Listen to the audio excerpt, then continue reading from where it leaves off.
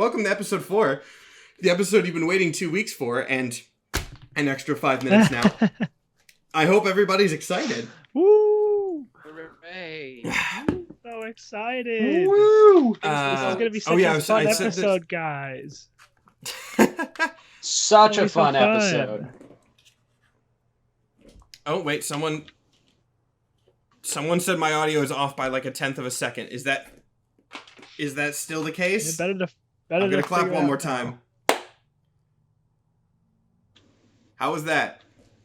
Only one person said it, so I'm assuming it's okay unless I get a lot of other... Now you good? Okay, we're just going to roll. Yeah, it looks good to me. We're just going to roll with it. Someone said it's close enough, which is worrying, but we're going to take it. We're going to take it. Regardless. It's close enough that they can't notice, so that's good enough. I think if it's close enough, it's probably fine. Probably.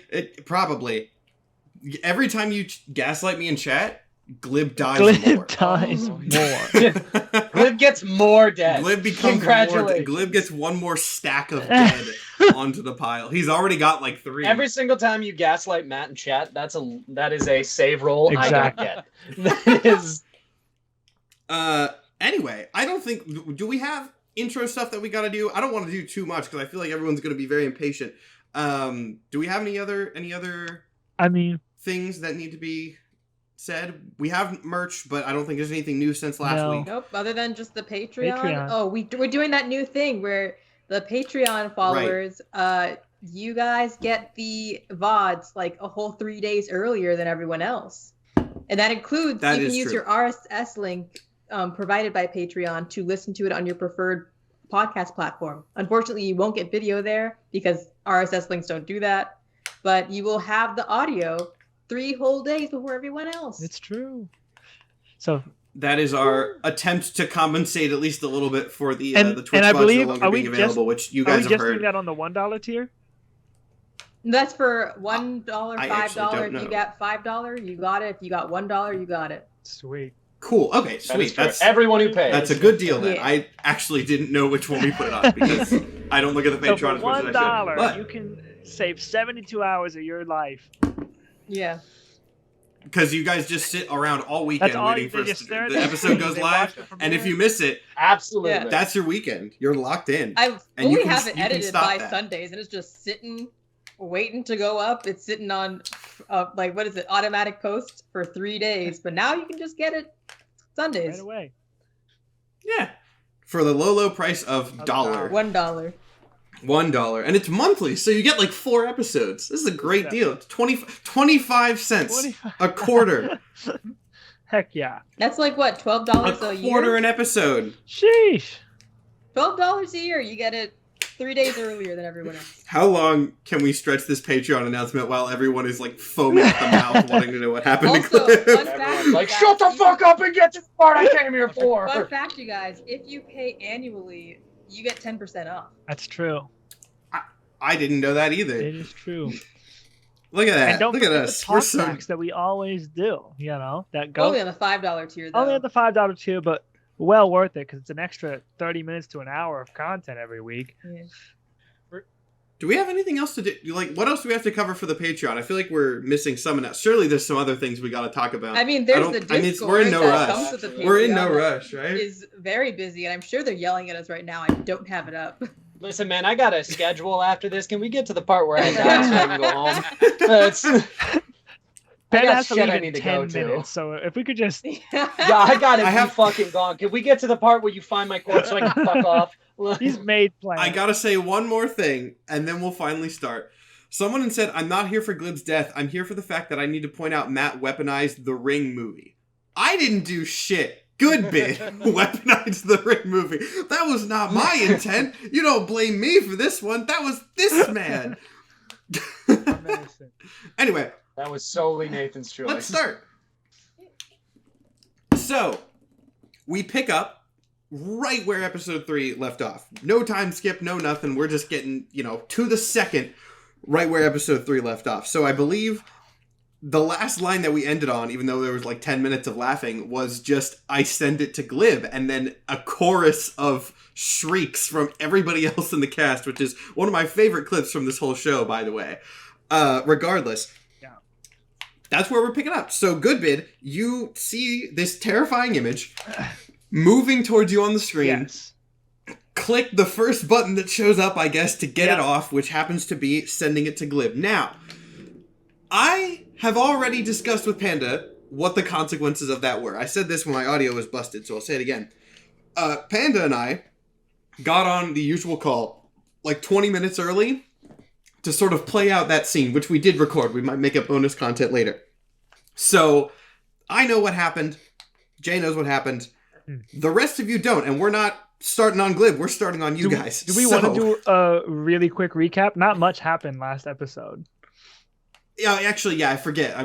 I know everybody's so excited to hear what happened to Glib. Does anyone want to cover a quick recap? Some important stuff happened last episode. It was like 3 important things. It was all building towards like 2 things. But yeah, the things that happened were important. So does someone want to cover that? I'll do it real quick. Go for it. Bellow. Explain why your border is so fancy. There's now 2 Bellows. One is Chaos. One is Space Bellow. And they interacted with the crying blank. Goodbid sent it to Glib. That's it. That's all that happened. Really. And then I guess Glib was also that really is about it. He's in behind enemy lines with the necrocephali. Is also kind of important. Yeah. Again, there was much that happened sort of in the midst of that, but a lot of the episode was working out the Bellow duplication, which had some weird consequences. Ooh, actually, so that I had was a question. As for story beats, those were the most important things. Was there how long was the time period between when we were trying to sneak past the necrocephali to this moment now? Was it multiple days? I can't remember what we decided. I believe you guys asked for multiple days because you didn't necessarily know how long the Bellow duplication would take. It was maybe the whole thing start to finish, maybe 4 hours. So my main question to simplify it is we haven't long rested yet. No, you have not long rested yet. Okay. Actually, I'm gonna go. You can short rest if you want. Who uses short rest? It's not worth it. I need spell slots, not health. Who uses short rest? Anyway, so yeah, we're gonna pick up exactly on that. Goodbid. You look up at the. I guess after sending his picture to Glib, you look up out the. I actually forgot what you guys were looking at. Was it a window or a hole in the wall that got busted open? Okay. You look out the window. The thing is gone. Notably, Bellow sticks everyone else in the room. You still see it. You don't know that anything has happened. It has only vanished for Goodbid. And of course, you guys don't know that the status of its visibility is different for others. So pick back up. Here's how this goes down. Okay, Goodbid screams and goes, ah! Sense. But nobody knows what he's done. Don't look at her. Look away. Gladly. Hey, y'all. Yeah? Yeah. Where'd it go? What you mean? It's right outside the window. It's still there. Notably, the way that this would be viewed from someone who doesn't know is you'd see Goodbid staring right at it, which is probably so. For what that's worth, it's right in front of you somehow. I mean, it was. Look, I tried to use this fancy tablet to snap a pic of it, and it damn near jumped out of the screen at me, and I think I made a mistake. Well, what'd you do? What kind of mistake? Did you trap it at the tablet? We could just throw it out the window. I tried. Okay, listen. I just pushed a bunch of buttons when it came at me, and I think I sent it to Glib, and now it's gone. You telling me you still see it? Can I look back? Is it still gone or is it still there? You can look, and you can sort of, if you want to just check and see if it's still there without staring directly at it, just for note, you can quickly swing your eyes around and see if it's still there. Yeah, and it is. I'm holding out the tablet for someone to take a look. Can somebody take this away? I do not want it, frankly. Anybody? Can I take the tablet? I'm gonna just. I feel like I don't know if you're gonna let me do this, but I feel like now that there's just space inside Bello can just store things inside their body. That's, yeah, sure. Bello can function like a bag of holding until I decide that's a bad idea and wreck it. But for now, Bello can function as a bag of holding. I think we better just go find Glib. Contact him the old-fashioned way. I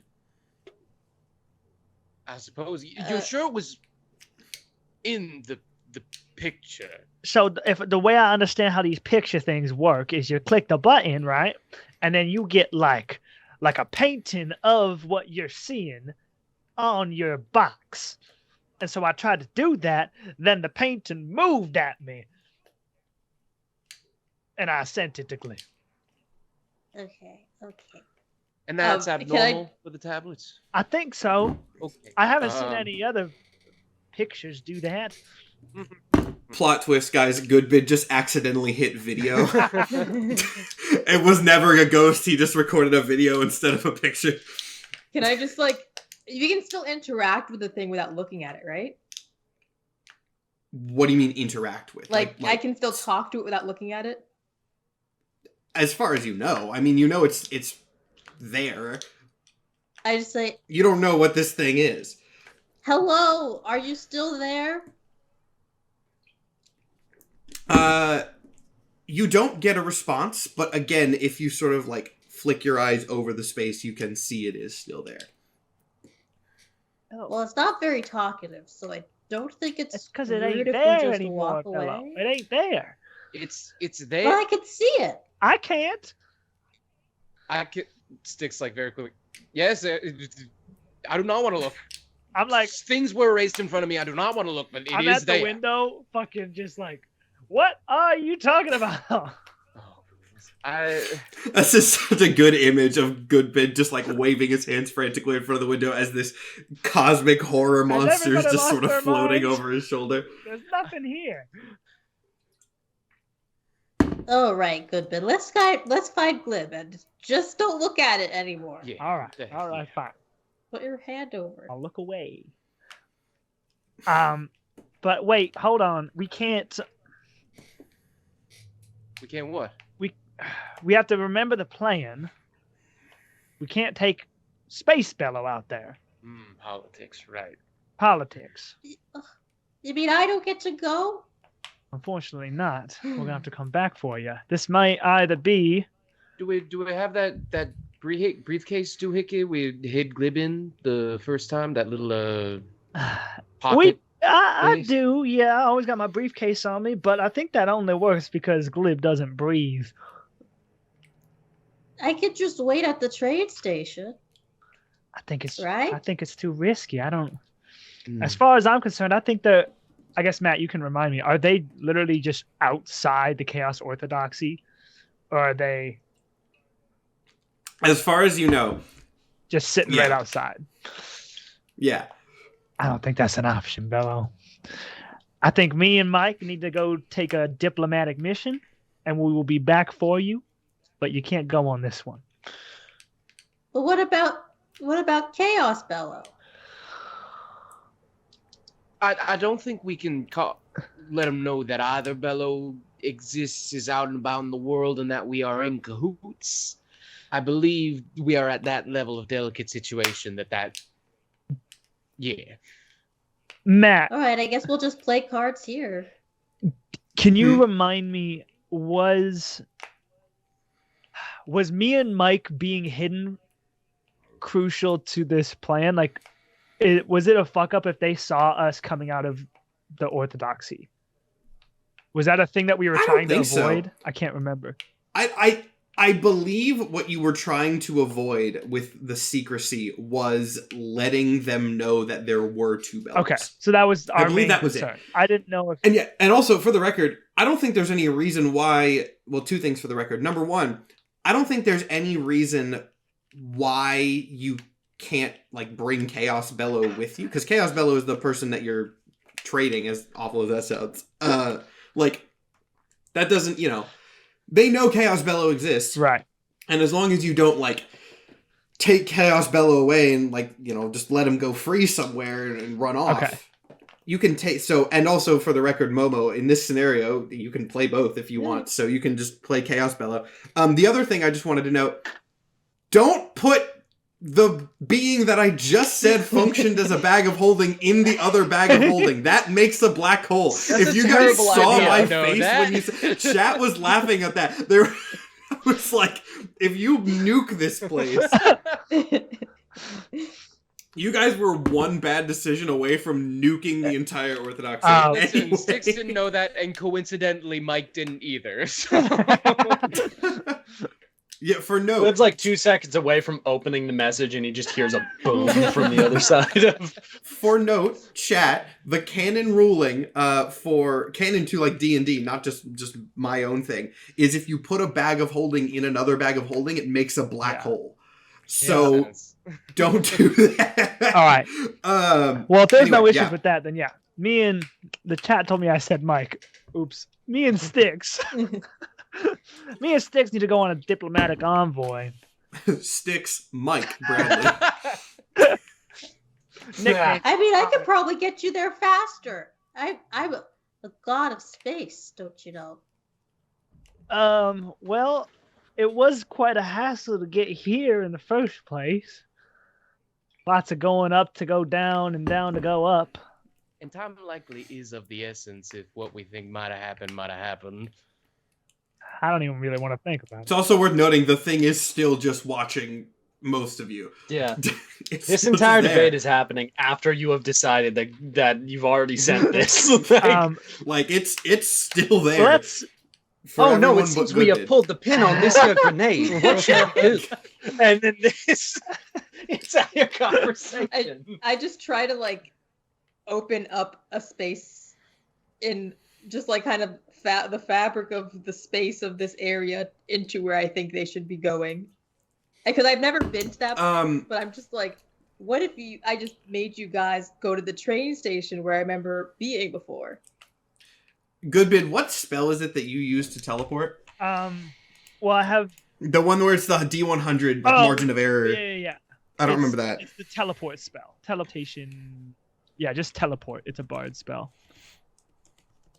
Oh, easy. Okay, we're gonna have Bello cast one of those, but with a higher fail chance. Oh boy. Oh, I don't know. I mean, I don't like because Bello that. does not necessarily know. all right. All So right, I let's roll. see. So, wait. There's a whole table for like different levels of how much you know the area. I didn't know that. I'll go ahead and roll for you because I'm looking at the table. I won't make you look it up. Okay, I was just gonna roll and tell you the number. Oh, I mean, sure. Go ahead and roll a D100 then. All right. Yeah. That is. I legit rolled a 69. 69. Nice. Oh, okay. A Okay. 69. Yeah, a 69 is. It's nice. You it's off target but barely technically. So you are able to open a portal sufficiently to close enough to the train station that no bad things happen. It's not exactly on target, but it's, a short walk. Also, just for note, we'll have Bello unlock a spell here. You now have access to the teleport spell as a spell-like ability.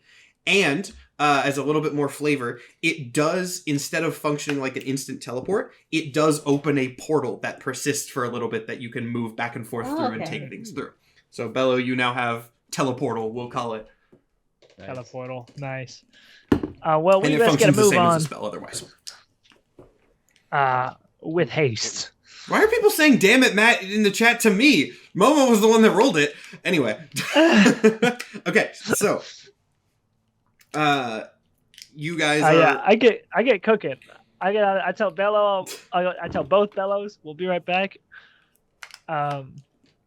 is Chaos Bello going with you or staying in the area? No, I think we're leaving both of them for now. Whatever works. All right. So Styx Keep each other company. and Panda, you head through Bello's mysterious space portal and pop out. What? Again, close to what? You said panda. Did I say panda? I just not. Yeah. Okay, apparently this is just a session where everyone's names get mixed up. You head to Glib, is my point. You head over to the train station, to the faction. We determined it's happening at the faction hall. By the way, that's where the sort of deal was set up to go. So that is where you're going, actually, not the Necrocephali area. But since I hadn't said that, we'll assume that you knew. So we'll actually go ahead real quick. Oh, man. As you guys leave, Double Bellows and Polnari, the thing is still there. It's still floating there, just sort of watching you. You have any reactions to this? Polnari has sort of showed he's not speaking on the subject, like, actively. You see, my choice to not have Polnari speak on this creature is not me forgetting that they are there. It is that they are actively not acknowledging it. Whether that's because they don't see it or because they are doing that for some other reason, you're not sure. And you can, again, say you just sort of leave and nothing happens, but I'm giving you the option to do anything with this thing now. I guess, like, we just go to Polnari either side, just like, are we not supposed to talk about the creature outside the window? Polnari, you see one of their heads kind of turn towards it and, like, stare at it for a second and then just turn back to you two without saying anything. He just kind of, like, you can do an insight check, but he doesn't speak. I'm gonna insight. Didn't get anything from that. I don't even have to check. That was a 2 on the die. I didn't get shit from that. You have no idea what Polnari's relationship to this thing is, if any, but there does seem to be, like, something. Polnari seems to maybe know what this is. I don't know. Polnari knows something you don't, essentially, is all I'm going to say about that. Would it be rude but if does I not offered... seem forthcoming. Would it be rude if I offered it a mushroom? No response. Does not, like, you if you want to try to get some sort of like, unconscious reaction, you can insight check again, but Polnari is a very difficult being to read by nature of what they are. That was a 3. Wow. Yeah. Polnari is a very strange and very guarded creature. No hints are coming from this thing. Mine's like a steel trap. Anyway, I'll put one by the window just in case it gets hungry. And then I put one of my night mushrooms on the windowsill. Why do you keep trying to drug everything? Okay, noted. That actually might have effects later, so noted. Now we'll cut over to Styx and Goodbid. You guys get to the faction hall without too much trouble. There's a lot of goings on here. There are necrocephali sort of garrisons. I don't know if that's a word or not, but whatever. Stationed all around. There are reporters that you can see. This is obviously a fairly big event. You are able to get in without too much trouble. The necrocephali seem willing to let you through, recognizing you as some sort of emissaries of the group that they are trying to make a treaty with. You don't know exactly where Glib is in this building, or was in this building, but you know he was here at the very least. Okay. So yeah, you are in, again, the way we set this up is like, this is a big sort of auditorium area where there's going to be a very public, like, treaty signing. So there's reporters, there's people rushing around. It's a busy area.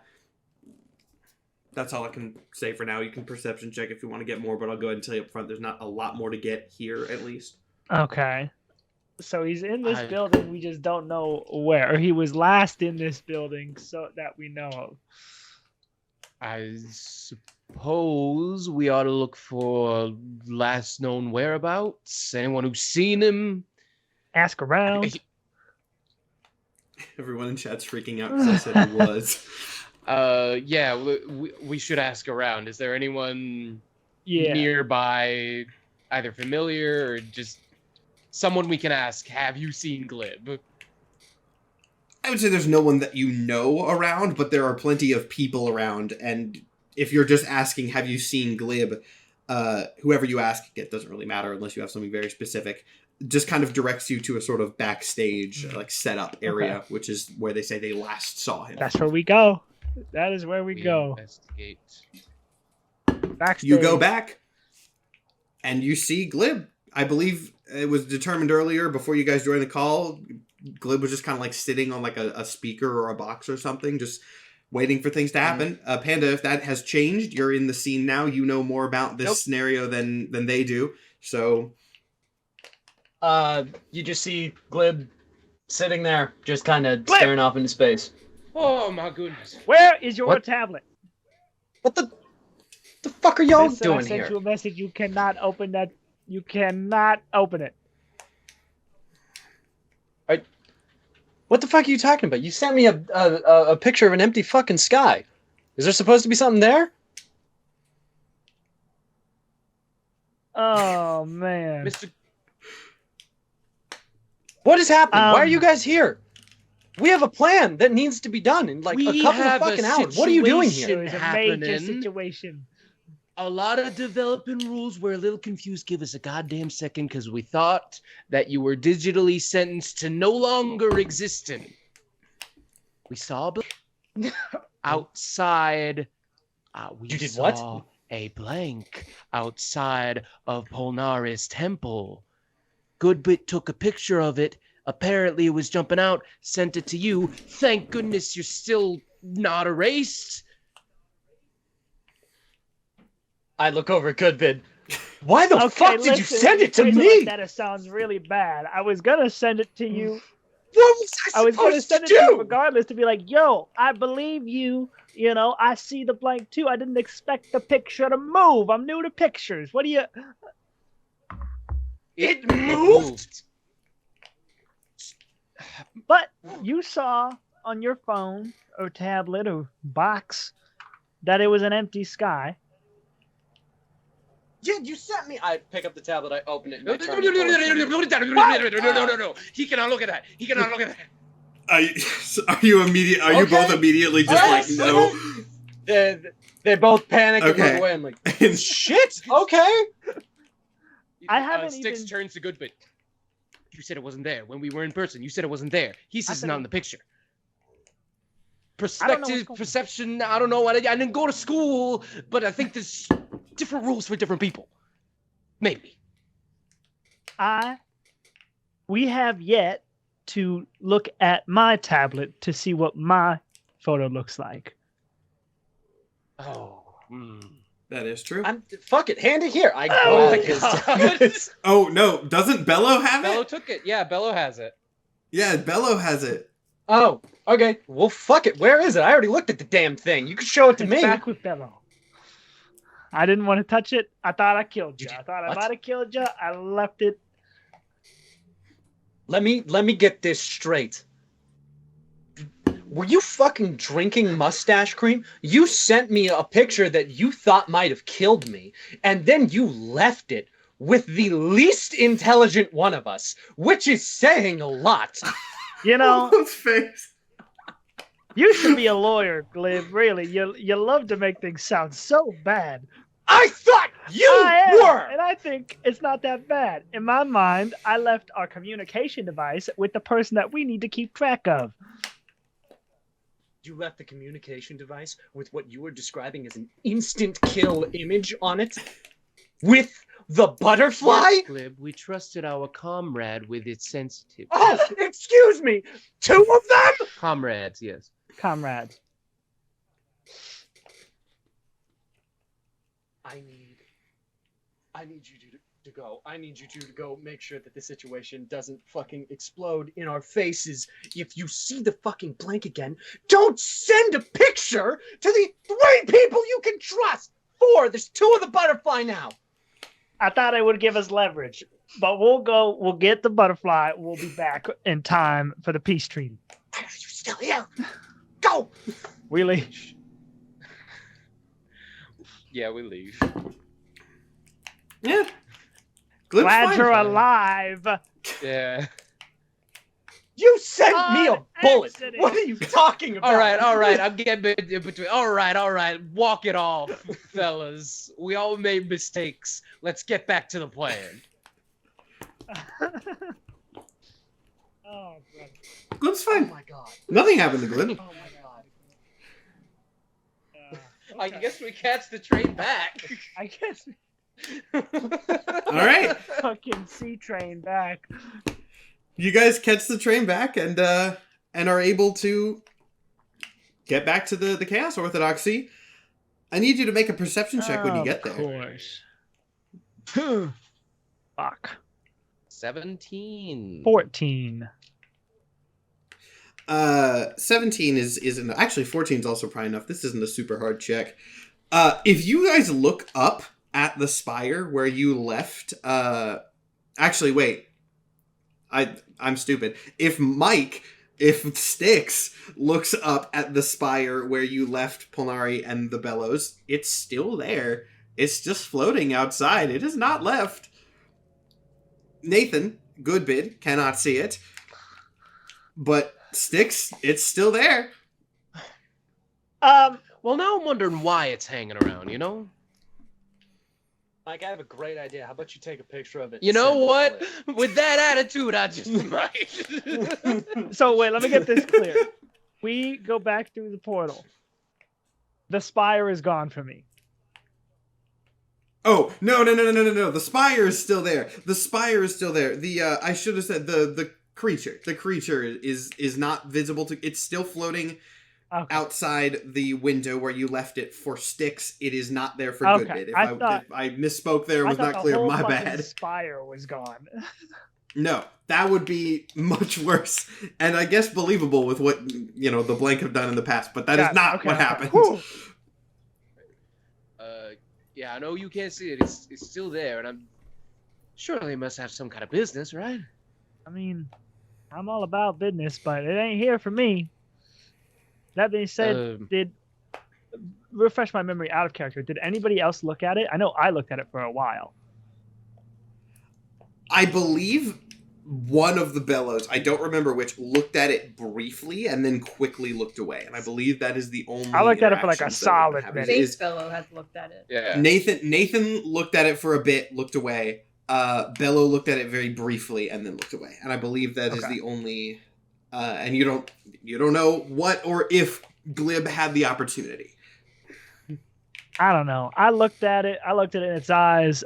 I saw the beginning and end of the universe, and now I can't see it at all.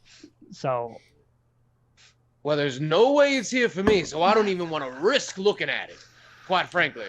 let's just go grab our butterfly and get this peace treaty signed so we can suppose. get back to the main course of action, which is saving SG and the world. Ugh, Up the spire we go. up we go. This is I'm so curious how this is going to play out, guys. It might be a really long game thing, which I'm very excited about, potentially. It's going to be fun regardless. You guys go up the spire. Notably, the spatial distortions that you faced the last time you went up have cleared. So you go up in the normal Euclidean sense that you would expect.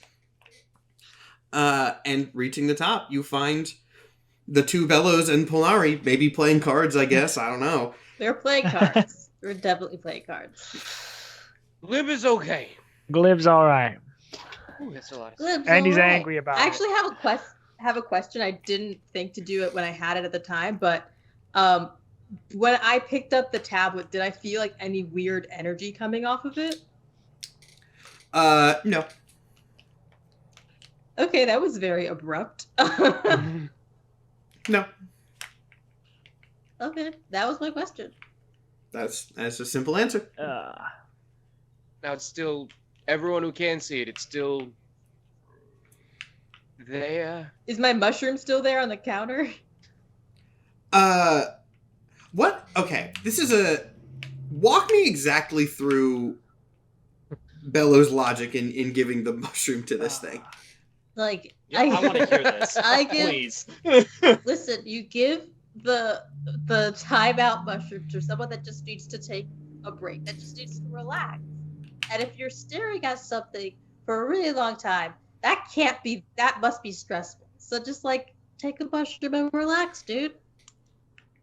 Okay. Mushroom is still there. Mushroom has not been taken. No relaxation has been done. Well, if you're trying to make friends, it's good if you take presents that they offer you. Don't take things from people that didn't offer it to you. They don't like that when you do that. Is Bellows saying this to the thing? Yes. Okay.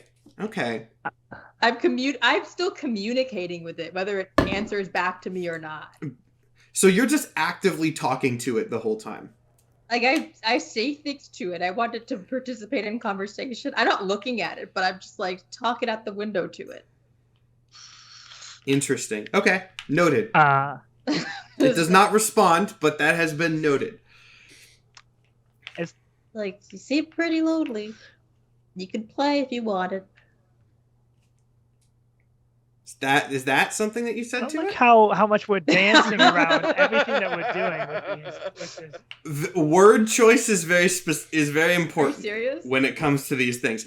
Not as in a specific, like, you have to say this keyword to make something happen, okay. but like intent is very important. Like, the intent is to be kind to this being. Bello is actively attempting to be nice to it. Yes. Which Bello is doing this? Or is it both Bellos? I think it's honestly like, oh no, it's a mistake. Do it. You have to commit. We're in it. Like, it's just Bello's nature to be nice to things. But you're still not looking at it. I'm not looking at it, but I'm like, it doesn't seem comfortable with eye contact, and I have to respect that. That's Bello's logic with it? It doesn't like eye contact. You can't force people to make eye contact if they don't want to. That's rude. Okay, so let me be very clear. What is going on? Bellows. I'm so glad everybody's scared. Bellows' thought process here is not, I'm scared of this thing. It is, looking at this thing seems to make it uncomfortable, and therefore I'm not going to. Yeah.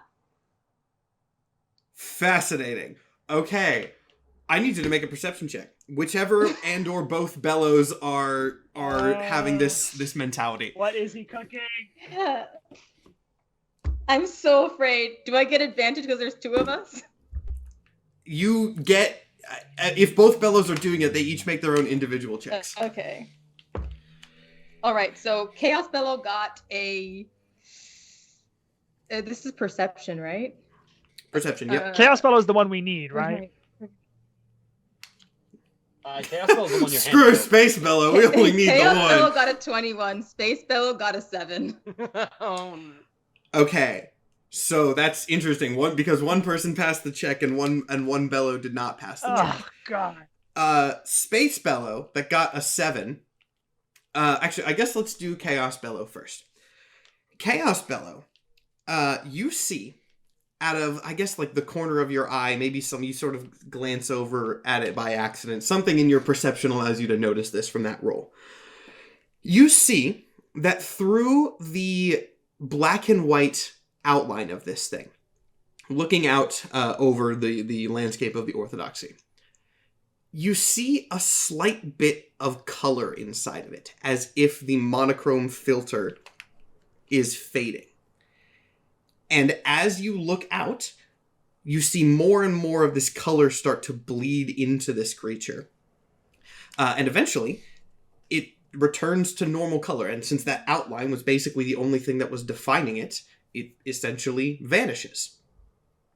But after a moment of this, you see the colors in the humanoid shape start to shift again, saturating in the same way that they did as it was vanishing, but continuing to go forward, becoming not a monochromatic sort of empty outline, but still an outline of oversaturated colors so bright that they become a defined humanoid shape in and of themselves. And in a voice that sounds so sort of ethereal and cosmic that I can't fully describe it or imitate it, in a voice that sounds like every sort of being that you have ever interacted with and infinite that you have not, you hear in your mind a single word, welcome. Gone. It vanishes. Chaos Bellow's gone? No. It vanishes. It vanishes. Space Bellow, you hear the word as well, but don't see what happened. And if you look out, it is also gone. I'll just look over. Is it gone for What was Styx that? too? It is only gone for the Bellows. And me, because it's been gone for me. Right, yeah. And Nathan. It is also gone for Nathan. So I don't know Just says well. what happened. Yeah, no one else saw any of that. Also, no one else heard it. Only the Bellows. Gosh. So anyway, Chaos Bellow, we got to get you down to the function. It's your big day. Okay, do I get to come back up and play?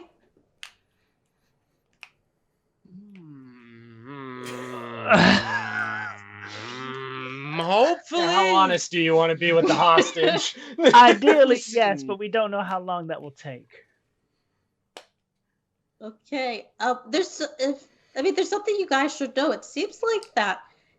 I think the crying blank just kind of wanted to be respected. What, on what grounds are you making what? I mean, we were just sitting here talking to it, and it just doesn't like to be making eye contact. So you just have to like be on their level. If they want to hang out but not say anything, you can't force them to say anything.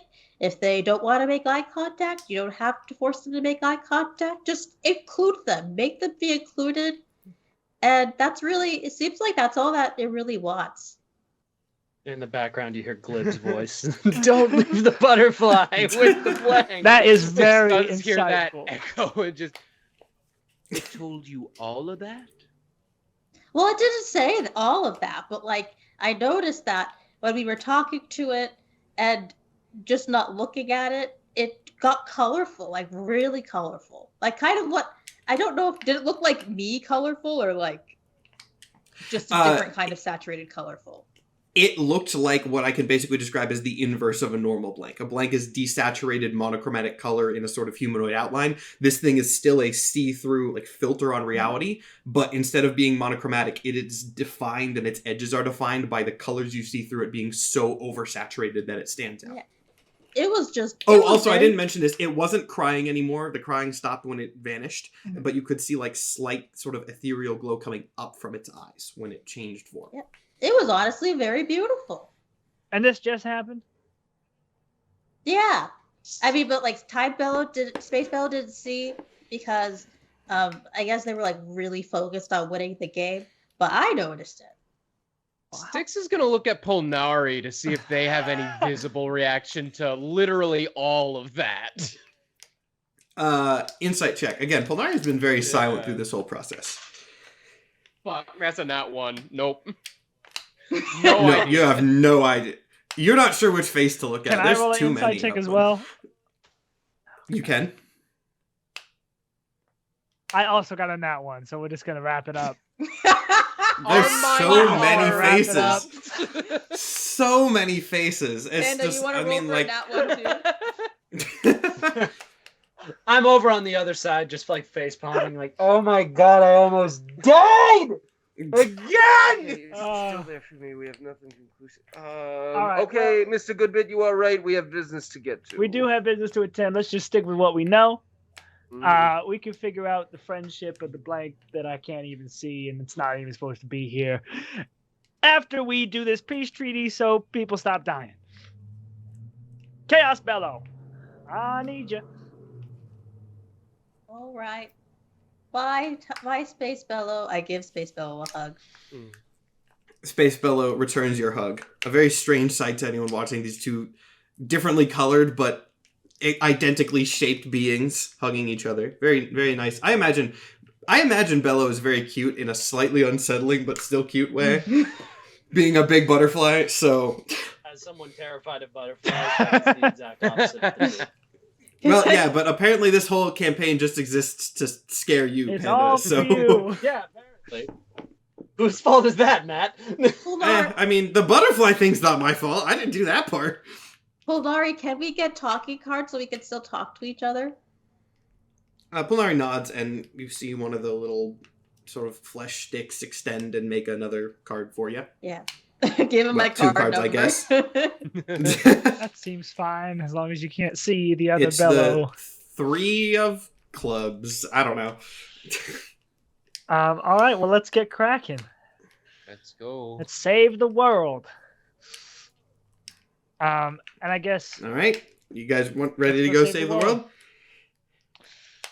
You guys get ready to head out. Bello, I guess this is a good thing to ask. Are you making a portal or are you taking the train? Which way are I don't know how often I can do the portal thing. Is it like a once a day type thing? I'm gonna give you twice a day. I'm gonna give you twice a day. Okay, hell Yep. yeah. Then I'm gonna do it again. yeah. Alright, you still gotta roll for it. I'm getting the hang of this, I promise. Oh god. Oh, That does not sound like getting the hang of That's a this. 57? Oh, 57's not bad. Let me it could have been I thought you were gonna say it was like a 10. 57 is the same bracket. Yeah. So Okay. once again, you don't get it exact, but you get it within a range where it's like a short walk. Walking's good for you. I meant to do that. I think we want to kind of communicate to the group like, we got to be professional now. Is Bello able to Uh, lie? Bello, me and Styx are your political envoy. So we're going to walk on either side of you, and there's going to be a lot of people looking. You got to put on your brave face. I just want to put it, chat. I know what you're all yelling at me. It's the player's decision. Anyway, I'm gonna not say anything about that, but chat's yelling at you all. Anyway, continue. Oh. All right, brave face. And yeah, we just get moving, I guess. All right, so walking the block or two that you need to get to the faction hall. You're again in kind of the Central Park like area of the main section of Backspace. You see the same thing that you did, or that Styx and Goodbid did. You know, there's lots of necrocephali. Again, I don't know, like regiments, scarce, whatever. There's necrocephali military squadrons walking around everywhere. There's lots of reporters. Notably, you guys are very quickly swarmed with reporters of various types for various outlets, since Bello is a more notable and kind of obvious the thing that is being traded. So of course there are questions coming in from all sides. You can choose to answer some. No You can questions at ignore this them. time. I'll leave No, that we're to you. We're Okay. not taking any questions at this time. Please, give us space. Give us space. Yeah, just No, space is the other one. just scram. Make a Just get outta here, man. bubble. Make a You do this as bubble a job? around. Very important happenings going on here. Shoot, you bunch of journalists. Get your clips, sell them to the news, and move on. So fending off the large amount of reporters, you guys make it to the main faction hall. Glib, I'm going to assume you can hear them coming in at the very least from the volume of people that are going, reacting to their response. Okay. As I see them come in, like, great. You didn't collapse the goddamn universe in on itself. Did you take a picture of a nuclear bomb to send to me while you were on the way I there? thought about it. I thought about it. We've had a day, and we've dealt with cosmic horrors, and now we're doing very delicate political stuff. I was kidnapped We are this trying to do morning diplomacy. by Leave you! the sass at the door for 5 seconds. We're all learning. Okay. I just realized something. This may or may not matter later. Goodbid, did you get your tablet back from Space Bellow or no? Because I just want to know. I just want to set that up now because I want to know if you have one for this interaction or not. It's fine if you didn't. That's okay. It's just we use those. Yeah, I feel like it think might matter because later. we brought it up in conversation. I probably would have gotten it back. Okay, that's fine. I just wanted to be sure so we didn't have that question if and when you needed to communicate with somebody else. Okay, so you have your tablet back. All right, cool. So yeah, there is, now that Bello is here, you see more people starting to rush around, clearly getting ready for the actual treaty agreement to take place. Now, it does not have to take place immediately. Again, this was set up to happen like sometime in the next couple of days. So if you need to prepare anything, you have that opportunity. When you are ready, you are able to go ahead. I will say, since Bello is here, you can kind of see the necrocephali might start to get a little antsy if you wait too long, Right. but you do have some time if you want to prepare I would say anything. let's at least long rest. So I can get my spell slots back in case this peace treaty turns into a war treaty. Yes, you can get a hotel near the place and long rest, just in case. Cool. Can I say that I've already long rested because I've been just That's fucking fine. waiting here? That's fine. Glib did long rest because nothing interesting happened to Glib at all. No. While we weren't focusing on him. It's He was true. sleeping. He was a Sleeping sleepy and boy. then yelling at him fish him people. eepy. So very creepy. Yes. So easy. It was intermittent sections of Glib being asleep, and then Glib being awake and telling them to put the swords away, and then him going back to sleep because he has a stress headache. And then that 10 And then minutes where coming he back. died. And then there was that 10 minutes where he was dead. Just kidding. He was dead the whole time. He's a vampire. He's been dead the whole time. He's been dead. That's the big plot twist of this season, guys. Get Glib it? has That been was dead. the joke. Glib That's has saying been Glib. dead the whole time. Anyway, you guys long rest. We'll say we can pick up the next morning. Since there has been a rest, again, the necrocephali are antsy. You should move today at some point, putting it off another day. But let's get you can contact the. I guess you have some sort of. I don't really know what the word would be, but like, handler is not the right word, but you get the idea. Some sort of liaison or handler from the faction hall who is administrating this kind of thing. You can contact them when you are ready to do the treaty, which again, at this point needs to happen today, but it doesn't have to happen immediately. So any other prep, any briefing that you want to do beforehand is doable now. I mean, I would say any communication with the necrocephali should probably just be done by Glib since he has the most relationship with him. He's been talking to him the last 3 days. Okay. So good people will say that to you, like, hey man, we're putting the ball in your court. That way if a nuke goes off, you can yell at yourself. Mm-hmm. Don't worry, if it does, I'll send you a photo. I turn around and go towards the necrocephali. Lovely.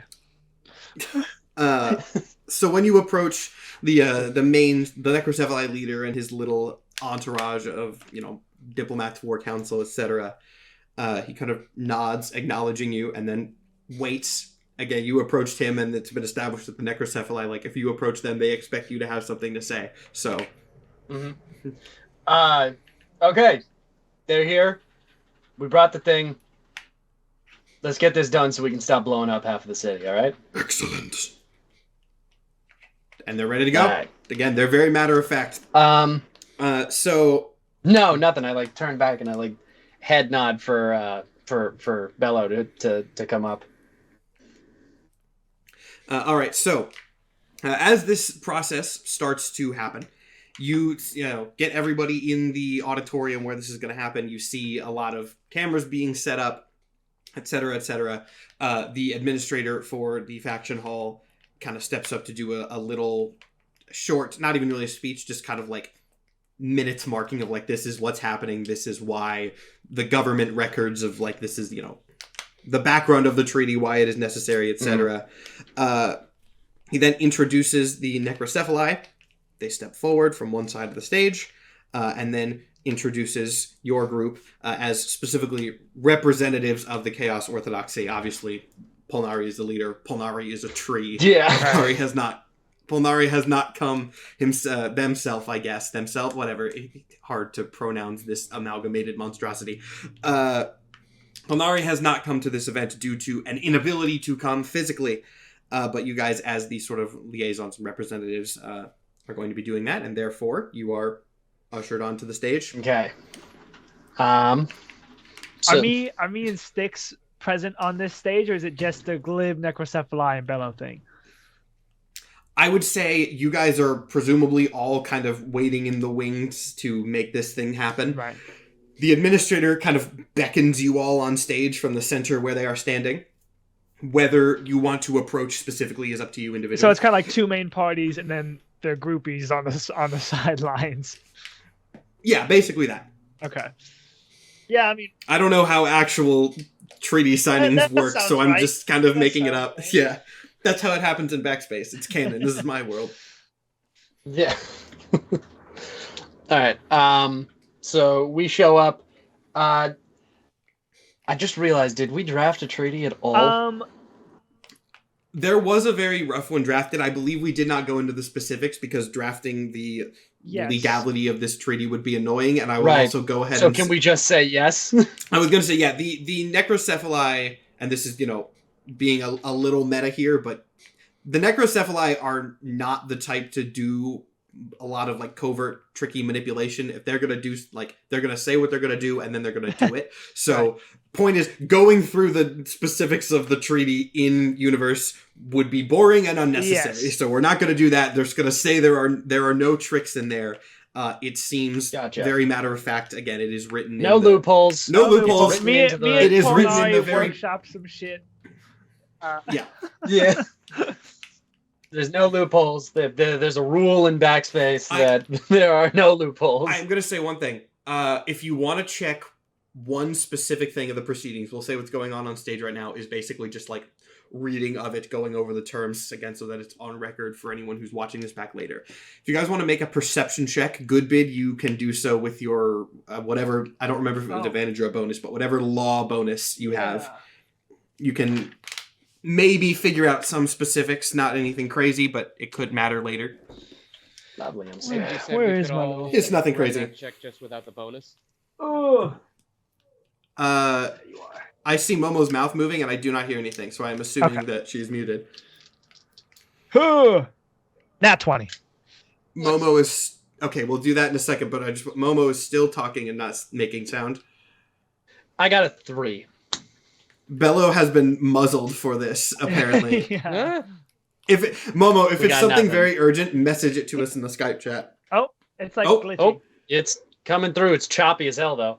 I don't know. Oh, there we go. Better? Yeah. You're back. We're You're good. back. There it is. Okay. This is just the My- weird Mike's break stream. Yeah, my apparently. headphones disconnected, and then like the audio was just like, I don't know where I'm supposed to come from. Anyway, what I was saying is there something in there saying that like Bello isn't bound here forever? Like I can come and go, but I do have to come back. Probably not. So, no, there is nothing saying that. Goodbid got a nat 20, so I'll go ahead and give you guys the rundown on any specifics of this deal that might matter. The first off is it does basically just the phrasing of how Bello is referred to in the treaty, especially by like the parts that were more written by the necrocephali, seem to be written more as in reference to like a weapon than a being, which is probably not a great sign for Chaos Bello's fate here. Freedom. They do seem to be. Ability to Are you move. telling me this, They- or is Bello the one that's tracking all this right now? Did you roll a check? Good bid. You pick up Yeah. on this. I know you had a specific question, Momo. So if you want to roll a, No, that a was my perception question. check, roll a perception check to see if you pick that up. Then I don't know if you rolled it when you were muted. I also got a nat 20. Oh my gosh! Ooh. Yes, you are also picking up on this. Oh, Bad, You are also bad picking up on time this. for Oh, no. Bello to get full awareness. Like, Yeah, this is gonna be really interesting. Of what's happening. I just got them to put the guns away. Don't fuck this up, please. The other thing that Goodbid picks up on, since Bello had a specific question, I'm going to say this doesn't jump to the forefront of Bello's mind. Though I guess you got a nat 20, so you can kind of get what information you want. The wording on the necrocephali side of this treaty is very much things like, we will cease this conflict.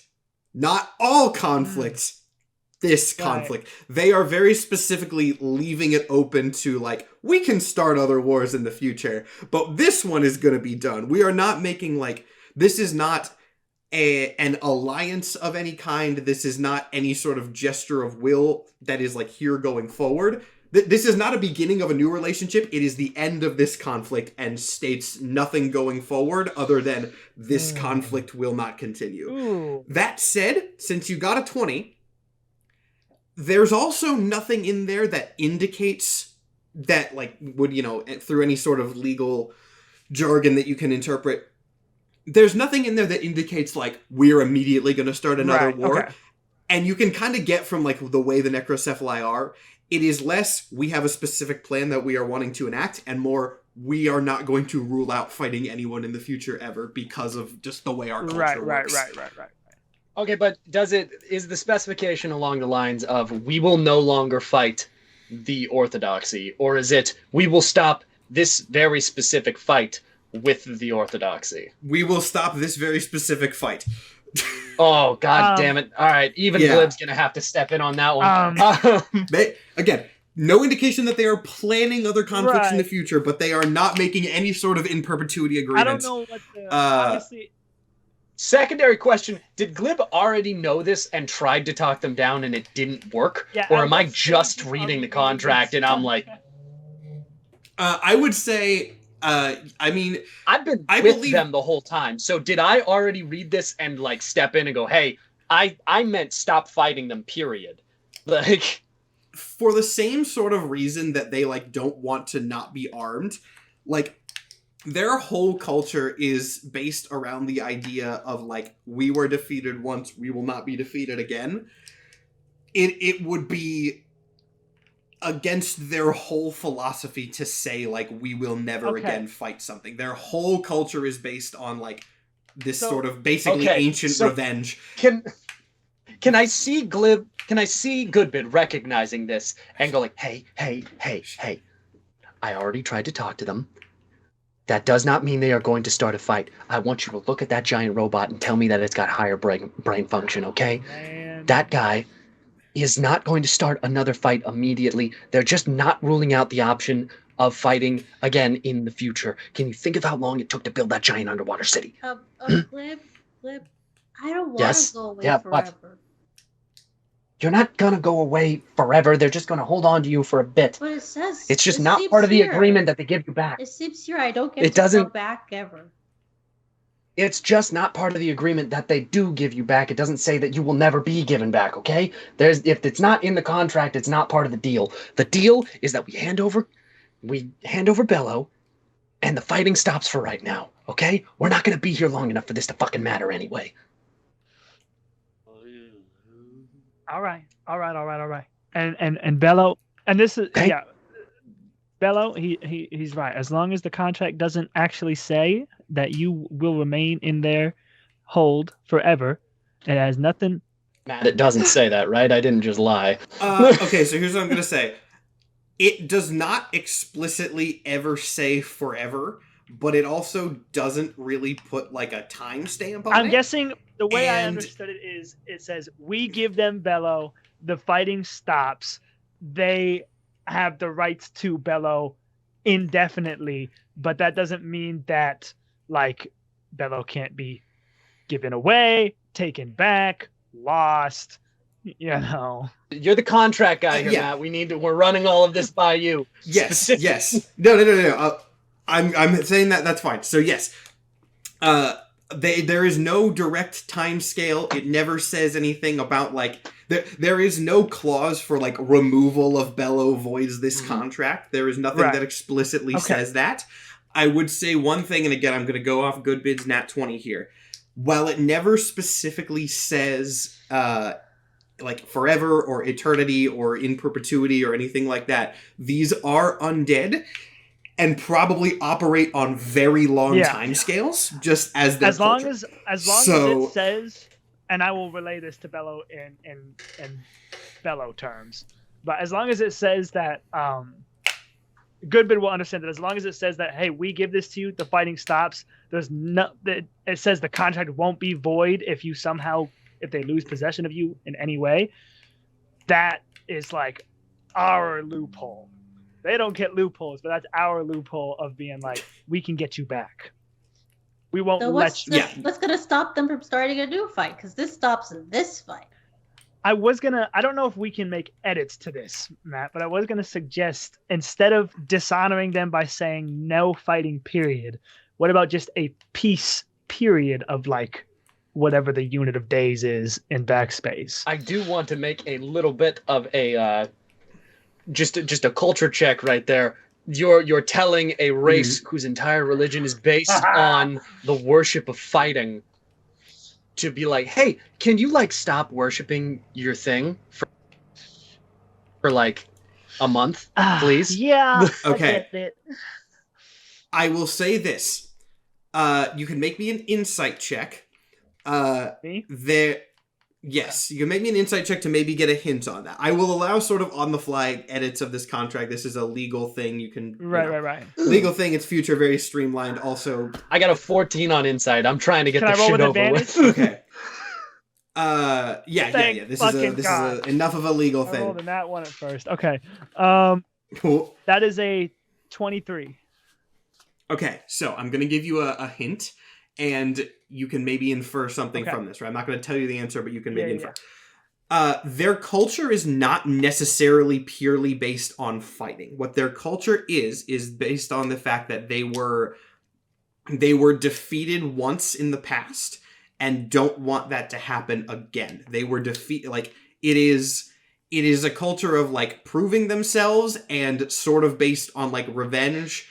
And like shot for shot, retaliation will not go aggression will not go without retaliation is a good way that I would phrase it. So it's kind of a culture based on defense. It's a culture based on pride, preemptive strikes and defense. That's what it sounds like. Can I say excessive defense? It is a culture based on if you slight us, we will smite you. Like it's that kind of thing. They're America. You made America. That's they're cool gothic cool gothic vampire America. Okay. But yes, you're telling America to stop making the guns, please. But there is a specific thing in there that they might not be opposed to that you could work out wording wise. I was going to say, I'm wondering if it's just a wording thing. Like if you word it as, and it's out of character, I'm just spitballing. Yeah. If you word it as like, by receiving this gift, really butter them up. Be like, you show your strength by giving the orthodoxy mercy for 2 weeks, as opposed to just being like peace, guaranteed peace, no fighting. You show them mercy, or like I don't know. Maybe even allowing... Do they just not have allies? Do they not have allies in their culture? I doubt it. So I very much doubt it. You can make me an insight check again. I wish that there's a culture check in Starfinder, which is the other game that I'm running right now. I swear to God, I run 2 games on 2 different systems every week, and I switch back and forth using the skills from each one. I got a 16. A 16. Yeah. So, any allies that the Necrocephali have are very circumstantial. I would say ally in the Necrocephali world equates less to friends and more to an enemy of my enemy relationship. They will recognize allyship in the face of adversity, but are not going to, like, they see no need for allies in peacetime. We couldn't say that that they're going to be allies now because they're like, okay, but we don't have a direct opponent other than you. So that's not going to work. If they're obsessed, or like if defense is very important, and all this pontificating is very much out of character, maybe you can sell it as like some kind of martial submission, or basically sell it as, hey, the orthodoxy is kneeling to you in a way that we don't really have to legally honor, but the vibe is, hey, you're like so good at war and stuff that we're not even going to try any shit. Either that, or maybe, and I don't know if we would have to clear this with the orthodoxy, but doing it in sort of like a, hey, because you are so honorable, you are so noble, you are so great at fighting, with this gift, in exchange for mercy for an extended period of time, we grant you our allegiance in any combat you have with another faction. That's dangerous. You want to give the ability for Polnaru to fight with the Necrocephali? I don't think anything? they would. But just saying like, hey, you have, like, we're not going to stop you, but we won't fight against you if you're fighting somebody else, sort of thing. Okay, so you're essentially declaring that we will remain neutral and not fight you in a future combat that's not with us. So you're basically saying like In exchange it's for essentially peace just saying right like now. we won't attack you. Like if peace right now, we are not going to attack you. Is Yeah. that- In future combat. A statement I of don't know. neutrality. First off, I just want to point out, I love how everyone tuned into this episode to be like, what's going to happen to Glib? And now it is legal is proceedings, military which is policy. very Yep. funny. Which is more is going to happen later this episode, don't worry. But like, yeah, that's very funny to me. But yeah, as best you can tell, that would work. That would be something that would be agreeable enough to them. Okay. How do we feel about Gotcha. that, gang? Okay. Turn the FPS. orthodoxy into Um, Switzerland? Glib's not exactly. He's paying attention, but he's very much like, yeah, we're gonna be out of here in like 3 days. Who gives a fuck? Right. This is. I mean, it's one of those things. It's just like Six was saying. They don't have to actually act or do anything, but it is about the gesture. It is about all of that stuff. I think that's our aim. Okay. Yeah, sure, we need whatever. a few That days. works. That All right, works let's fine. do I'm- it. Scribble.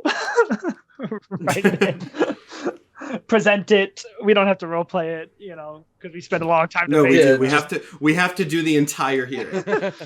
Mhm. Article 1, Section B. Okay, no. Oh god. I'm imagining having to improvise like an entire legal document just off the cuff. And I would rather stick forks in my eyes. So we're just going to go ahead and I think skip For the that. next 5 hours on C-SPAN, we have these fucking hearings. This is like the most actual. I'll do that and put it on the Patreon. Good law shit that I've Yeah, ever we're had. currently observing the proceedings. Anyway. the Holy shit. chaos orthodoxy surrender to the necrocephali. I feel like I'm at work. So, God damn. so yes, these terms are acceptable to the necrocephali, and with much fanfare from the audience, etc. The treaty is signed with Glib. I would say acting, Glib being the signatory. I would assume of this. Both the treaty off is stage like whispering shit to me so Yeah. I can actually. with Glib as Say the it without signatory. Goodbit as legal counsel, and Styx is here. The treaty is signed. You can see there are screens and projectors and things that sort of document this going into the history and the chronicle of all the factions. So this is something that is going to be well documented. Yeah. There is much cheering from the crowd, of course. The necrocephali leader kind of extends its wrapped tentacles into an arm shape to shake Glib's hand. Okay. Squish. Yeah. You grab the it must be weird because their fingers are like metal, but then their palms are like the wrapped tentacles. So imagine it's a very weird Jesus. part Yeah, very that's very rigid and strange. part I don't like squishy that. sensation. I imagine that the leader kind of does the very firm handshake, takes a second too long to let go of course. thing where it's sort of asserting some level of dominance even in that small way. And then you see several of the guards that were behind him step forward to presumably take possession of Chaos Bellow. Yeah. Okay. And I make sure Um, before they take him away that I'm like, remember, it's not forever. Only so Bello can hear, of course. Yeah. I'll talk to them. Maybe I could have dinner, outside. I have to talk to them about, all of my accommodations because I can't breathe underwater. They will take great care of you, I'm sure. You are very valuable to them. Goodbit looks over at Glib and he's like, Oh, man. You are very valuable to them, Bello, just like you are to us. What's the name of the big guy? The leader? Yeah. No one has ever asked. Genuinely, not a single person. We are on episode 4. No one has asked, and with the way their culture tried to works, they overthrow don't this care. man, and I They didn't don't ask him. care to tell you, and no one has asked even once. Excuse me. Are you the leader of the necrocephali? You get the a sort of minor grunt responses. I am. What's your name? I had it written down, and that was episodes ago, and I don't remember where it is. Give me a second to find We it. thought he was gonna not be in the picture. You know, we thought who would be staying. That is true. That is true. Right. I made it another sort of ocean creature pun.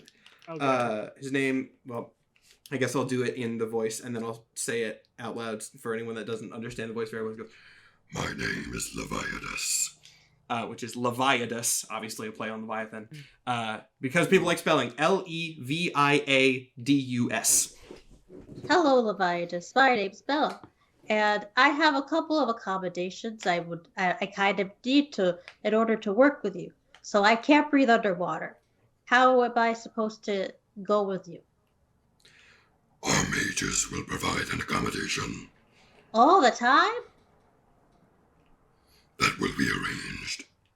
Okay. Also, I have a scheduled bridge game with Polnari every Tuesday, so I do have to make that. I will come back afterwards, though.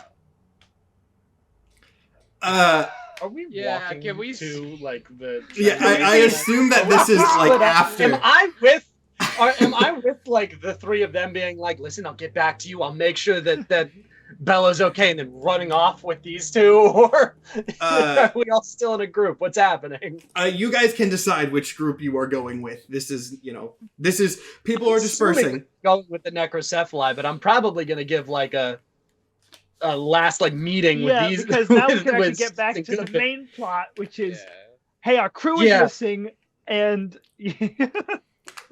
I need to go with them, but I'll be like, all right. We'll be in contact. I'll talk to you guys. I promise. Okay. Okay. So that worked out. Leviathan, just after hearing this, Leviathan actually doesn't even look down at Bello. Just kind of keeps going along his way with the rest of those. No. Well, why not? You are the property of the necrocephali. You shall be used to advance our military technology using your unique magical signature. Okay. And I can't go to bridge on Tuesdays. Why? To let you out of the sight of the necrocephali guard would be illogical. Oh, I could just have someone else come play. Polari? To send necrocephali guard into Orthodoxy territory would be illogical. Why? This could be seen as an act of war. Well, if you're my bodyguard, then no, wouldn't be. Have I Especially if you're entered this also playing conversation? bridge. Glib can enter this conversation. Yes. Okay, I'm gonna walk in halfway through the. I can bring someone with me. I'm sorry. What's going on here? What are we discussing? Leviathan is not letting me go to Tuesday bridge, and I have a schedule I must follow. So. Tuesday, but you've been here like 4 days. No, we're not going to Tuesday. Like a month. Bella's had like at least 4 bridge games. At least 4. Yeah. Right. Conscious. I forgot. I forgot that we had our minds wiped for a month. Wait, what? Bridge? What? No, we're not going to bridge. Okay. What's the plan now, big guy? We are going to begin our experimentation. You say this creature is valuable. We shall determine why. Excuse you. No, I did not agree to experimentation. I told you that I would bring them. They're here. Now we're going to talk to that war council of yours. Correct. We shall speak with the war council as experimentation begins. No. That's not going to happen. The bug is going to come with me, and us 3 are going to show it to the war council. Because you just started a war that didn't need to happen over a guy that wasn't dead to get a weapon that would have willingly came with you. So last time I checked, I brought all the cards, buddy. And last time I checked, that council of yours likes me a little bit more right now. So how about we go talk to them about what the next steps are before you start tearing apart my friends so that you can make guns out of them. You misunderstand. The meeting with the council and the experimentation will be simultaneous. And Leviathan pulls up a screen revealing a feed into the War Council chamber that you were in before. That is currently there are machines being taken into it, seemingly that the War Council can witness the analysis of this new weapon in real time. Oh, brother.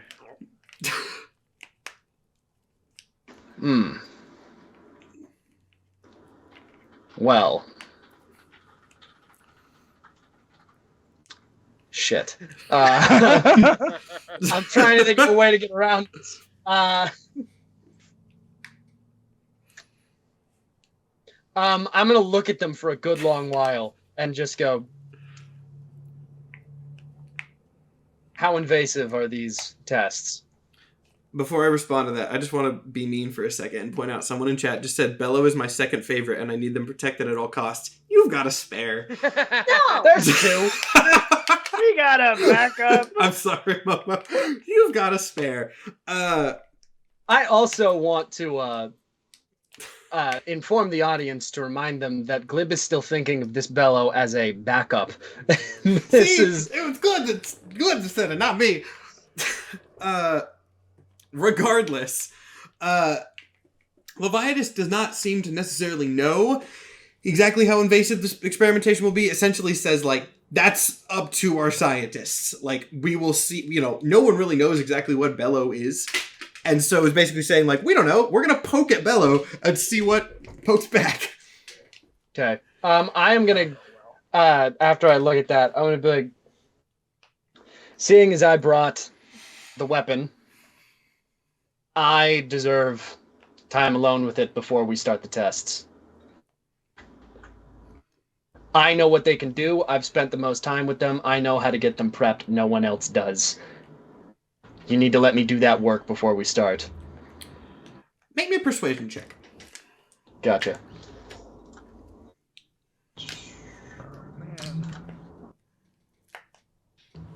That's a 13. A 13. Okay, so... Goddamn camera. Oh, EOS webcam No, my utility. Yeah, the camera is fine. It's just... So Leviathan looks at Glib and says, EOS webcam utility. Anyway, that's another joke that's going to play great to our audio-only listeners. Oh, yeah. Don't worry about it. It was a camera bug.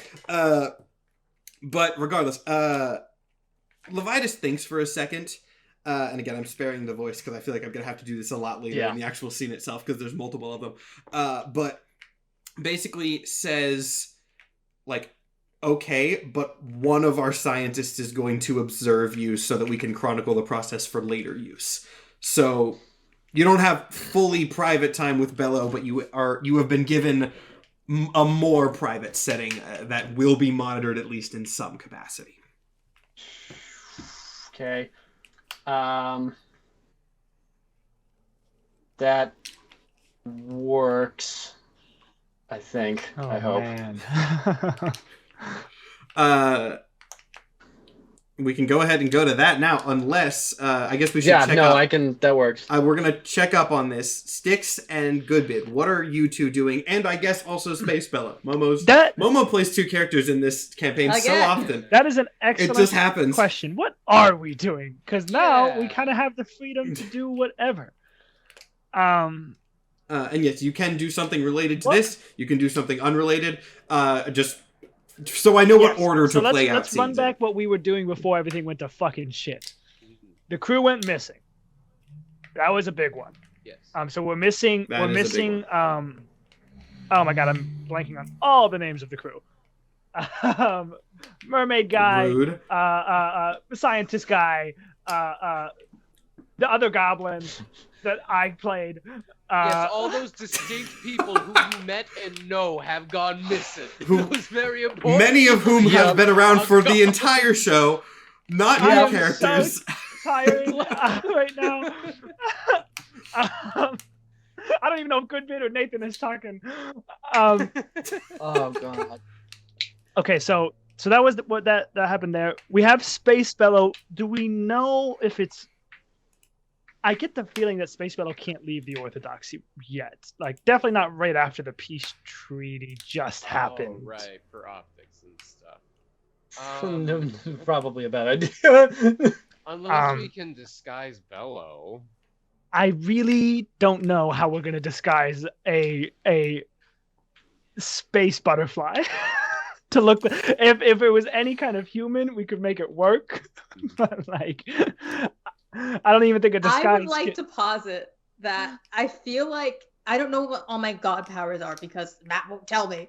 That's true. It's because you're learning. You got one of them. You're learning. I'm thinking that I'm trying to think of like spacey things, spacey type things.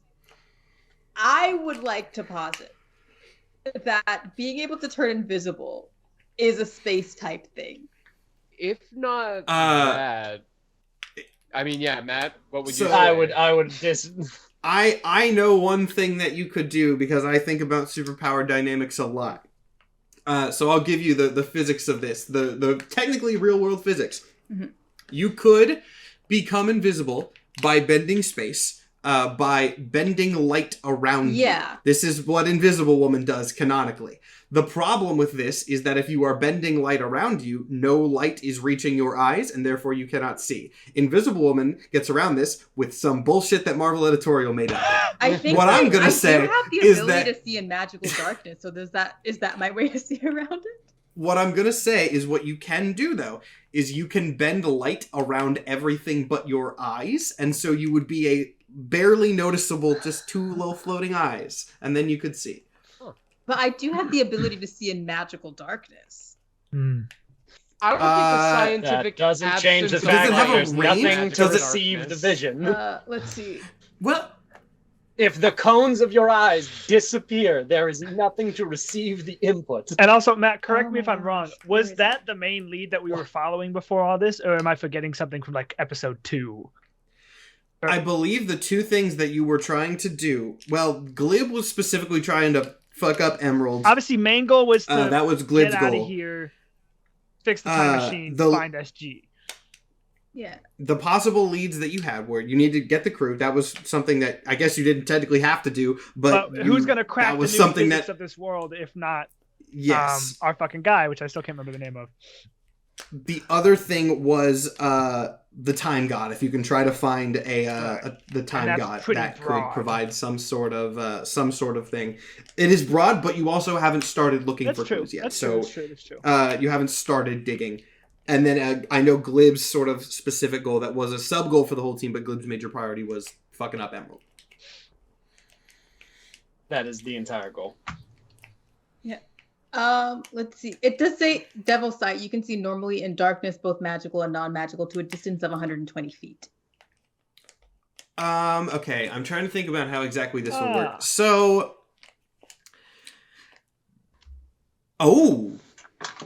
this is actually an interesting idea. yeah. Okay, I'm thinking about how this would work physically. Here's the thing. This was not in your original power set, which I do have set up that I was going to reveal to you as you learn things, but I'm adding it and therefore might retcon it later. I like the idea that you can turn invisible by bending space around yourself, but when you are invisible, you can see with magical darkness. You cannot hear or speak because sound cannot penetrate the barrier. And you cannot interact with physical objects. You can't pass through stuff, but like you cannot move physical objects because you can't touch them. Like space is being warped. So you cannot physically get your body in through there to touch physical objects. So like a wall will still stop you, but you can't I guess I shouldn't say you can't interact. You cannot affect physical objects. So you can turn invisible, but you are deaf and cannot touch physical objects in that form. Yeah, pocket dimension Bello is what people are basically saying. Because the way it works is you are putting like a barrier of extended space around yourself. In a comic that I wrote a long time ago that never saw the light of day, I had a character who did space warping things. And so I know a lot about how these powers would work. I've done research on it. For the sake of organization, it sounds like Panda, Glib, and Chaos Bello are going to be doing the whole Chaos Bello thing. And Panda's also focused on finding Emmy / killing Emerald. Meanwhile, Styx and Goodbid are locating the crew and / or locating the time god with Space Bello, who will be invisible. Bada bing, bada bing. All right, cool. Right. That's really fun that you thought that's what I was going to do, but I've got a chaos. That's fellow. so. I love that reaction. That's so cool, guys. Can't miss it. Here's what's happening. Okay. So are we doing Panda's thing, or are you wanting to cut to me and sticks? I would like to hear what Momo was thinking about doing with Space Bellow first, because Bellow, the common element in these two scenes potentially is Bellow, and Bellow's true weirdness and nature has not yet been unraveled. True. So I need to know what Bellow is doing to determine what's happening everywhere else. I told Goodbit, I got a distress signal through the card from Chaos Bellow. They're gonna experiment on him. You got that through the card? Yes. Listen, I know Glib will not let that happen without ample reason. He's got a master Without plan. ample reason, he's not exactly a nice person. Now that is true. Yeah. That is true. You got me there. That is true. Experimenting. It's probably normal. They wouldn't have the best bedside manner, but other Bella would probably be fine. I don't know. I feel all icky all over with this whole situation. I don't like justifying The whole it. situation is very delicate, but I know that Glib will not let anything detrimental happen to Chaos Bellow.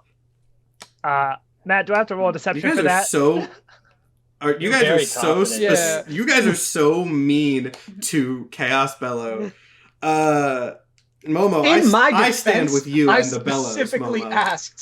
I specifically asked for a Chaos Orthodoxy copy of Bellow. I did not expect a fully sentient secondary version of Bellow. I was planning on using like a dummy. I mean, yeah, go ahead if you're lying. Deception check and then insight check to counter from Bellow. Are you lying, or do you genuinely think that well of I do not think Glib? that I can well do of an Glib. insight. Yeah, that's what I thought. I'm like, lying. that's a remarkably nice way to think of Glib's complete and I utter am lying. dedication to what he's doing. But lying is my specialty. Huh!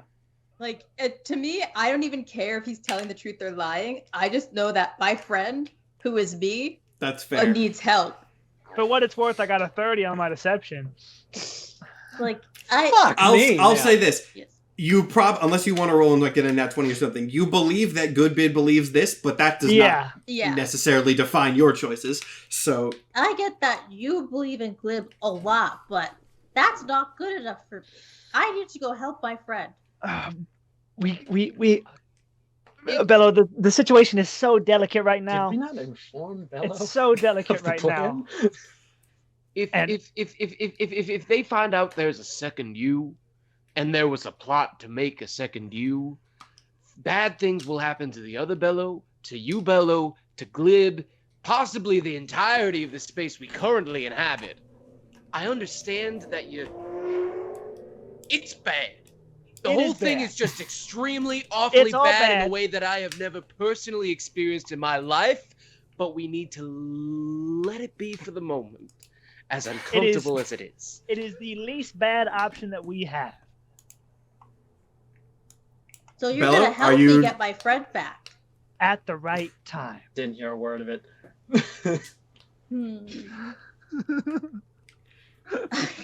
I'm about to dip out. You have the ability to do. I'm not going to stop. You are the space god among us. You could just. Here's the thing. This is not like splitting the party more than it already is. Technically, we got two groups right now. It's not harder for me narratively to do this. You'll just be moving from one group to the other. Yeah. So it's like, don't not do it on my account. If Bello fucks this up after Nathan almost killed me in this entire situation, if Bello goes, wait, I didn't know the plan. Fuck this plan, and goes over and completely throws it out. Oh my god. And I know more about the situation than anyone else here, so this is going to be fun. I think something happened in the month or in the split or something. Bello's gotten very intelligent Since the Bella's from gotten episode smarter 1 than to Bella now, should be. Polnari much is a very self-aware. good bad influence on Bello. And I'm not. It's I will also say, Space Bello, you do have more clarity in this form. Because I remember, like, one of the reasons that Bello was muddled and confused and was trying to eat stars was Bello was trying to return to at least part of this form. And so now that is clear, I would say Bello does have more clarity. And there's, like, a canon reason for that. So, Like, for what I that's feel like worth. the whole cool kids club trick wouldn't even work anymore. You know? No, I just turned to good definitely not. and I'm just like, fine, we'll do it your way. But if it doesn't go well, that's not going to work. It's that I'm going to go my own way. And that is Let me just say goodbye to Polnari, and then we can get going. And I go to Polnari, and I just whisper, This is do you not. have a way I could breathe underwater? Polnari kind of, like, looks over you and then whispers back and says, "You are a god of space now, are you not? Just take some air with you." I could do that. I would assume. Okay, that's good enough for me. I'll go ahead and say, just for the sake of this is kind of playing into another power that you already had. Space Bellow functions like a bag of holding. That's one of your abilities. Just suck some air there, and then you can release it as needed. You're your own oxygen tank. I suck air myself, and I go invisible. suck all the oxygen out of the room. I suck as much air into myself. I go invisible. I open up a portal, and I'm going to What? the necrocephaly. Hang on, I just got really Bello. lightheaded. Bello, where are What you? happened? Also, it's worth noting, this is another thing of the power. I'm not going to give a specific text box for this, because this is kind of the point. One of your things is the bag of holding, like, internal space ability. It is more open-ended, so if you have a more creative thing that you want to try based on the simple laws of bag of holding, like, pitch it to me and it'll probably work. It is a more open-ended bag of holding. Again, it is not fully infinite, but, like, it is there are more options like that available. So yeah, you guys see hey, the Bello, minute Bello talk to leaves, Polnaro. I need the It's text just- lib. I have your tablet, bitch. No. No. No. Nathan got it back. I get You got it back. Okay. Oh, so Nathan, you're texting I think Glib? so. Goodbid, you take out the tablet, open up the text conversation Oh, with Glib, fuck. and see the blank still inside the picture. Oh my. Hey, by the way, Nathan, when I was asking you about if you still had your tablet, just in case you needed to do any communication, it wasn't about communication. I was like, Oh oh my no, Nathan God, should open that. yeah. Oh wait, no, it's fine. Glib won't see the picture because there's nothing in the picture. Fucking forgetting. This thing works weird. Does it? Is it move? God. Fuck. So, I guess here's the question. When you see... It's a still image when you first Yeah. see it, I guess, but, like... Do you just slam it I- back? Yeah, is that... Six like. Did you just... Yeah, I went to text Glib. Why? I forgot. It's still there. Beyond the cosmic threat, he's going to be so mad. Why would It's you still tell him? Think about how mad he's gonna be if we don't tell him, man. He's gonna be mad either way. Why just put it off till later? On that note, and, Bella's like, just in the wind. Bella's still because going. I did intend to ask, just to give a quick check, is the blank like still out by the window, like from the last whenever? Like it's been a day. Actually not. It's not. It is actually not. It has left. Again, of the two of you, you don't know what Polnari's status with this thing is, and they are not very forthcoming with it. But Goodbid, you still can't see anything out there, but Styx, now you can't either. Is the mushroom Whether still that's on the because- ledge? The mushroom is still on the ledge, yeah. It has not taken the mushroom. And again, I will say, You did not successfully drug the god. this is worth noting, whether it is gone because it left, or it is gone because, in some sense, Styx, like others, has lost the ability to see it, you do not know. All you know is, I use the phrase, it is not there, not as it is gone, to leave that open-ended possibility there. Understood, but I cannot see it. Okay. Yes. Okay. I'm wondering if we should smash the goddamn thing. I mean, I can always get a new one. Well, this is a lost cause. Bang! They're handing them out at the. What? Is there a reason you don't delete the I chat? have to look at it because I gotta like press and hold. And, Just gonna like. Also, we don't know if blind Goodbit poke is the tablet. technologically literate enough to delete it. Like he just Yeah. learned how to send. Do we know that you can do that? I don't want to give you guys hints, but this isn't a huge one. Someone in chat did just say cast shatter on it, which I think would be very funny, of Nathan's or Goodbid seeing the thing and just being like, can I make? well, I'm Can I done. make Bam! first a like check to see if I remember Glib's number off the top of my head? I'm not that much of an Oh, asshole okay, DM. cool. Worst case, like Styx or someone else would have it. You can get Glib's. The contact is not lost. Does Styx have a tablet? I would Styx was there for a month. In my I assume, month of yeah. wandering / somewhat Okay, so looking. Styx I would probably think, has Glib's number. I doubt they've ever texted. Styx has a job. Styx was a rat dog, rat dog, Rat whatever dog we called walker, it. maybe. Rat dog walker. Yeah. All right, we should have an open line of community. Okay, I will tell him what has happened, and Styx takes out his tablet and like holding it in one hand and fully like typing with one finger. Hello. Oh my god. We have a situation. Other bellow en route to your bellow can breathe underwater, hopefully discreet, not sure. Good luck. Smiley emoticon. I would like to remind everyone of the metaphor of the grenade with the pin pulled. And oh no, what should we do with this?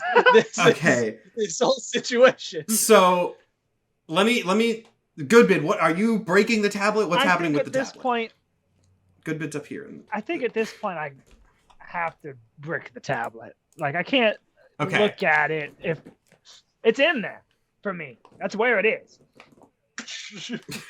So yeah. So are you? I guess I'm not gonna waste a spell slot, but I will stomp it out. So you just throw it on the ground and stomp on it, I guess. You shatter the tablet, and you feel a sort of aura from outside as it reappears where it was when you took the picture of it. You had it captured. Oh no. But just for It's not moving again, it's just standing there. And I can Styx, you cannot see it. You kind of like feel it, not pervading, but like you smash the tablet and you feel like a weird sort of just vibe, and it reappears over there. Yeah, I'll track that out of my peripheral vision and be like, well, it's back for me. Don't know if that's good or bad. Well, you don't have it in your pocket, so on one hand, loss of control. On the other hand, we're not carrying the damn thing around with us anymore, which is a bit of peace for my mind. So we know that does something. Let's take that. We all lived, and to my understanding, we have at least 3 other problems we got to deal with. So that plate is spinning very precariously. Do we want to go and run to try and help Glib? Do we want to continue with our search for the crew? Do we want to... Polnari, you know any time gods in the area? Polnari kind of says, the closest experience I have had to a time god is your bellow being a space god. That's probably the worst Suppose answer their you could have energies are entwined in a sense. In what sense? Time, space, often related. Perhaps there are similarities. But do you reckon we could find the time god through very bad question to ask, as we have just lost both bellows, but out of curiosity, do you think we'd be able to use our space bellow to find time god? I suppose it is possible. Oh, hell. Many things are very clearly possible. Okay. Okay. I feel like this is all gonna blow up in Glib's face, and we should probably head down to the necrocephali. But too many I had such a good cooks plan. spoils the stew. I mean, Bello going there is obviously one problem. I feel like us going down there is only more problems. And do we really have to go down there with this delicate situation? Sticks, I can't lose Glib and SG. Yeah. We gotta go. Fuck Bello, I guess. Yeah. On that note, though, well thought out plan. I had a plan that was going to work so well. on that note, Was I it? think we're gonna take a break here, and then we'll Yes! pick up. Until you fucking jumped! All right, Until you! we're gonna take a quick break because this is a good stopping point, and then we will go over first to Glib and Bello, and maybe other Bello, and then the other group will arrive Yeah. at some point during that. So don't go anywhere, and we'll be back in just a second. We're gonna pick up on the other half of the party. So we're just gonna get right back into it.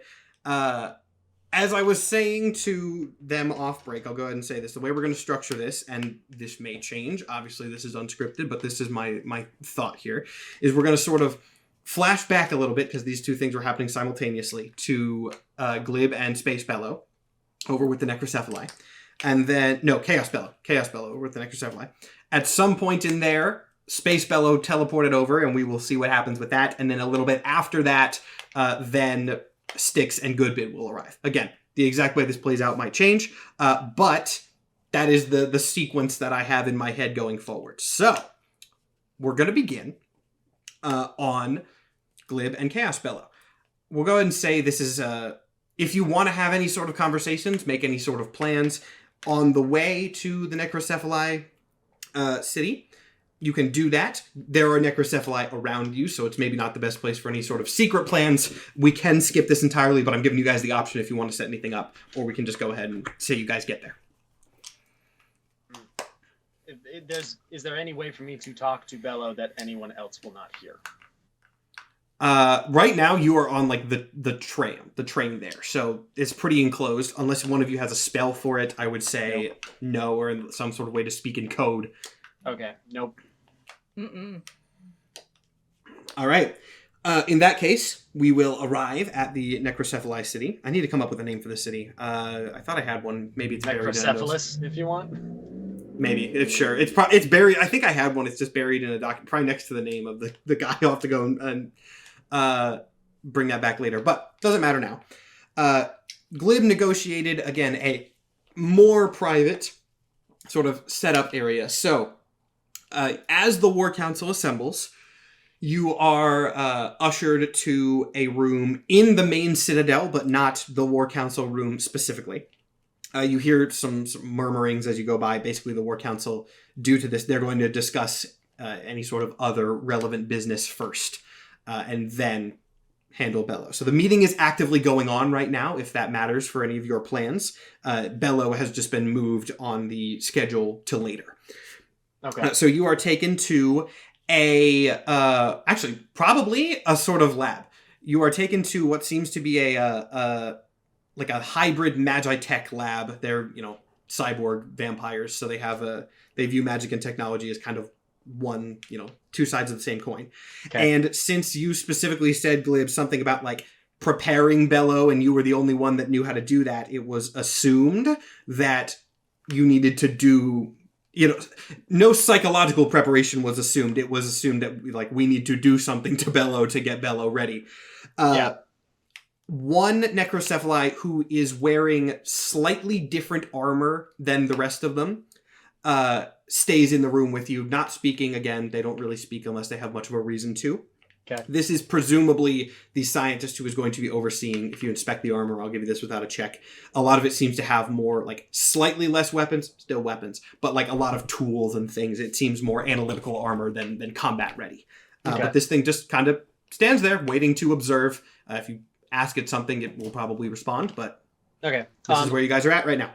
I turn to it first and go, tell me, is that armor prepped to be able to deal with mass amounts of chaos energy? You see the necrocephali kind of pull up a sort of readout screen on a part of its armor that folds out and look at it. Just, Define mass amount. A lot.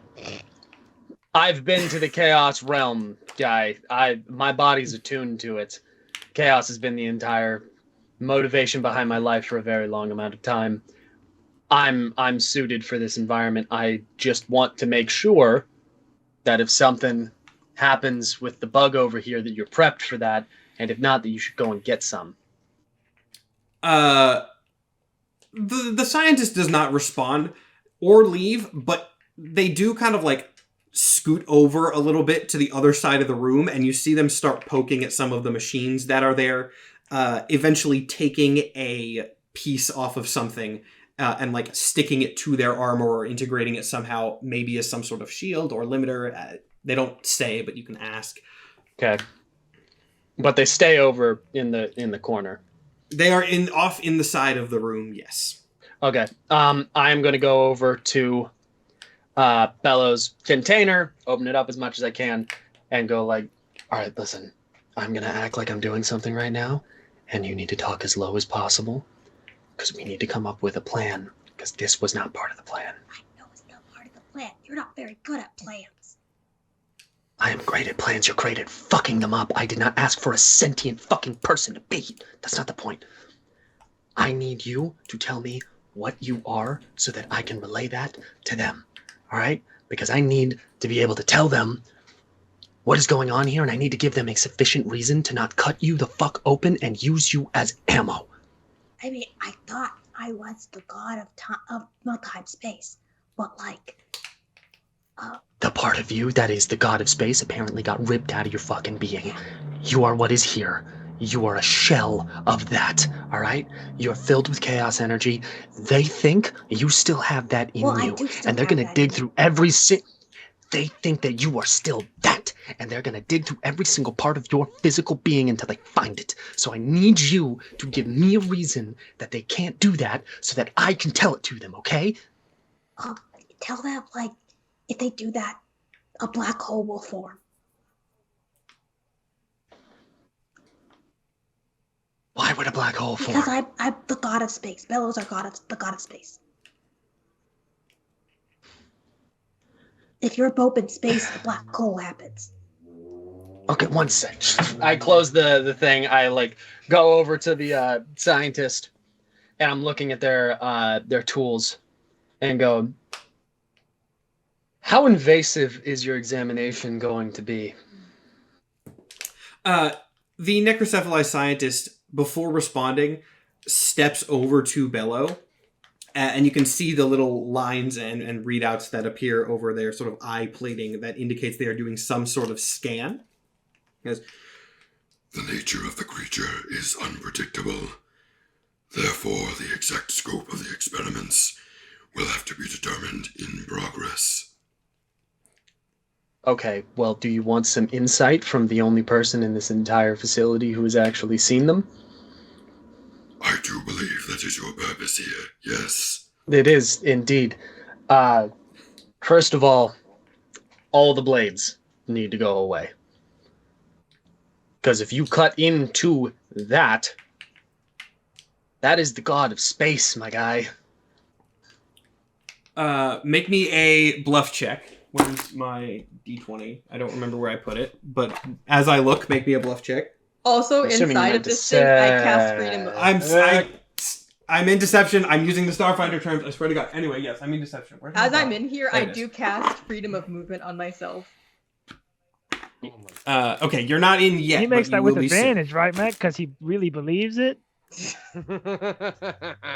Does Glib really believe it? No. I didn't think so. I know you're trying to help. Glib doesn't fucking believe that. He 100% believes this is just a sentient version of what Bello used to be. The real Bello is out there with God power. This is past Bello. All right. Did you make 6. the deception check? 6. Okay. So I rolled an opposed, not like insight. I rolled an opposed Arcana check to basically see if this squid guy's findings would disprove what you are saying. And the squid kind of does another scan. Just that does not appear to be a likely outcome. What's that thing you got there? Which thing? The scanner, the thing that you keep using to check on the subject. He kind of goes over the purpose of the scanner, which is in a lot of jargon that I won't bother improvising. Okay. But basically, it is a scanner that is attuned to the varying types of magical energies that are present in Backspace. Okay. Sort of like an identifier and how great. they'll interact. Thank you for using that exact language. I used it for a reason. Glib's gonna look at it and very calmly just go, so if it's attuned to the energies of Backspace, and the subject here has never been in Backspace, how can you possibly know how accurate that is? Smart. Picked up on what I was putting down. Good job, Panda. The scientist kind of pauses and seems, as best you can tell from as I say many times, these beings that don't have expressions, seems annoyed because, like, its findings did not do anything to suggest that that it was going to make a black hole. And I'll go and tell you, I rolled good on the Arcana check. Like, his findings were pretty good, but he also can't deny that Glib made a good point, which pisses him off. So you see him kind of step back and go, Fine. Continue. Okay, so I'm going to tell you this right now.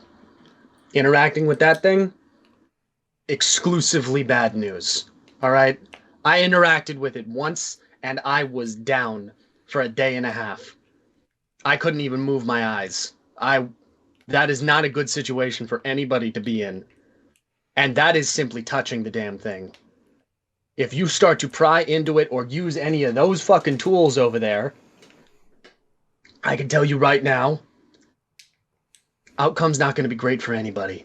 So I'm going to need you to step very far back while I continue the rest of this. I only came over to you to get you to stop sharpening your fucking knives you have over there, because you can't be using those. The Necrocephalite does not respond, but again, seems kind of annoyed, but begrudgingly obliges your request, steps back, does not seem to reach for any other physically damaging tool. At this point, I'm gonna Space Bellow. Space Bellow arrives, but Space Bellow is invisible at the time. Space Bellow is invisible. So, here's my question then for Momo. I'm gonna assume, and I'm gonna give you this if you want it to be played out some different way. Let me know. But I'm gonna assume that your teleport sort of lock-on signature was the other Bellow, which I assume you are connected enough with to do that. I think that's logical. Are you teleporting directly to Bellow, or are you teleporting, like, nearby? I was teleporting nearby.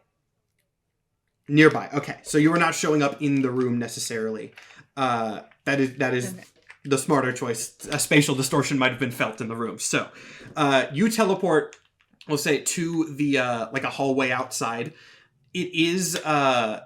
Actually, we're going to say the hallways, which is where you are filled with water. You're fine because you have your spatial distortion. The lab, interestingly, is not. The lab is, like, air sealed. Presumably because this is where they are experimenting on outside forces, and it's easier to do that in a place that is not fully underwater. So you are in the hallway outside this lab. Even through the water, you can kind of hear Glib. You recognize Glib's voice, so you know that they are in there. And then with you outside, you can act as you would like. Otherwise, we will continue the scene inside. Yeah, I'm close by. I'm, like, ready for a break. Like, I'm gonna break him out. Okay.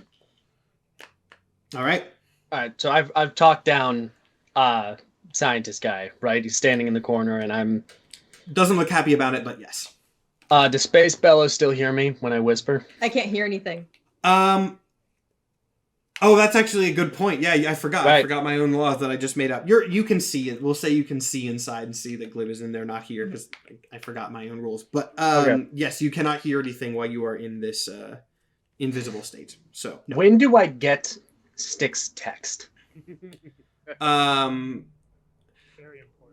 I would say like 60 seconds after Bello teleports at max, more because it takes Styx long. Styx, Yeah. When we were playing this scene out, Mike specifically went, "We have a situation." So Yeah. as long as that typing took. Okay. I go back over to Chaos Bellow, and I'm like, okay, I'm gonna tell you what the plan currently is, because this was not what it was going in. We are going to explain to them that I'm the only person who could probably use the weapon that is you, all right? And that is only so that we can get this separated away. All of these people have not dealt with a space god before. They don't know the laws. We can make them up as we go. I am going to try and keep us both safe.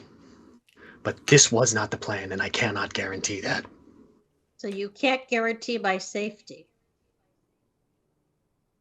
Nobody can guarantee your fucking safety here. Well, I know one person This plan that required can. this.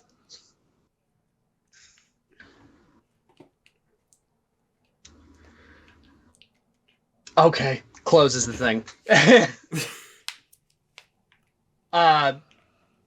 Doctor, ready. The scientist, I guess they're both. It's both.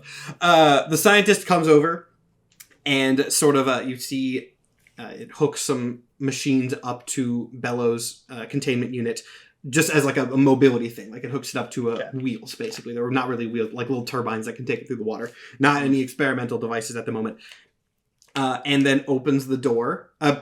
Notably not really preparing you for the water, but like the water doesn't rush in, the water stays at the barrier, but just opens the door, leaves, presuming you will follow, taking Bello with to go to the War Council room. Okay, I follow. Space Bello, you do see this happen following as like you real close behind everyone. So close behind. Invisibello is Okay, so right. now would I be receiving the text? Because we have... yeah. Yeah. The text was probably the text has been received. Okay, so as we're walking, I check my tablet and see the thing. Fuck. And put the thing back. And now I am trying to look where Space Bellow is, because now the plan has been fucked in two ways. Make me a perception check. It's going to be a tough one, but since you kind of know roughly what you're looking for, it is possible. 17. 17 I'll give to you, since you know sort of what you're looking for. As you kind of glance around this water-filled hallway, you see following, I would say, like at most 2 feet behind you, most said Space Bellow was very close. You see, like, a little sort of reflection in the water. Imagine, like, you know how, like, the surface of the water, you can kind of, there's like a thin line that looks like two parallel surfaces of water following you, as if there is something between them that is being condensed and hidden. Very, very subtle, but you can kind of see that tracking you along the hallway. Okay, alright, so here's what I'm going to do. You can tell me if this is a little bit too much. Oh boy, okay. As we're walking, I turn around for half a second right where I see Space Bellow at, and go, I have a plan, wait here, and I let Blob out.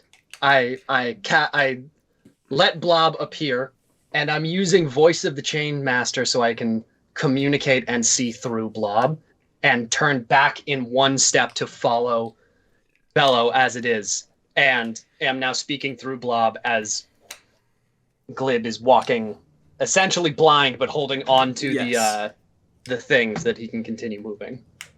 I'm going to say that's fine, especially since I have very much characterized the Necrocephali as like very matter-of-fact, very dedicated to what they're doing. It is not actively watching over you constantly, so it does not notice this. Okay. Space Bellow, you see Blob appear in front of you and basically just go, because you can't hear anything, which Glib does not know. I'm assuming this thing's... Audio listeners can guess what's happening. I'm going to assume that this thing is going to follow me, so I'm gonna continue moving on because I don't know. Can I like roll to see if I read his lips fast enough to get that? Important question. This is a squid. What lips? No, I mean like there's Glib when he turned around and said this to me. Oh. Okay, sure. You can give me a perception check. That's not going to be easy, but you can try it. Actually, I rolled really well. That was a 22. Okay, I'll say you get the gist of it. You get the gist of it. Maybe not every general word, but there's enough that you have context clues to understand the meaning. I like squint at the squid, but I'm still gonna like get real close still. It doesn't mean I have to listen to him. He's just invisible, right? Yes. Yes. Blob is going to, not in like a demanding fashion, but like grab where he assumes this shoulder of Invisibello is. Does not work because of the way this invisibility functions. It's not actually invisibility. It's a spatial distortion that functions like that. Like he's trying to. He's like trying to point like, I stay here for 1 second. Like he's trying to get like. Wait. 2 words. Question: How many spells does Chaos Bellow have? Does he still have all my spells? Yeah, Chaos Bellow has the same abilities and spells and just such. not the time warp. Yeah. I mean space warp. Oh my god. Not the space warp. Okay. But yes, the spells, yes. And is this like still like invisibility? If I cast a spell, I come out of it, or is it different because it's an inherent ability? So secondary question: Can Blob be looped into the pocket dimension? Okay, let me think. So I'm gonna say casting a spell does not break your sort of spatial invisibility. Okay. But the spell is treated as if it is going a much longer distance, right? You have to think about casting it through the spatial distortion. So if you want to like shoot something, what's the range of that? Because it has to travel through a spatial warp field to get out if you're trying to do anything like that. So the spell will be sort of determined by the situation. Can Blob be looped in? I would say that's up to Bello. Sure, I'll accept him in. All right, so Blob suddenly just gets whoop into this little pocket. All right. I would say Blob probably does not have the ability to see or hear out of this. So for Blob, it's just like pitch darkness. I'll say he can hear because there's Blob air / in there that Glib, Bello because Blob, yes, yeah. Perception, blind, but since Bello has specifically been said to be taking air in, so can breathe, can hear, cannot see. So sort of an inverse of what the other thing is. Okay, I'm assuming this was like mid fucking stop. Probably. That's up to Momo. Stop! Wait! Just wait! Hold on! Why can't I see? Where is everything? It's none of your business.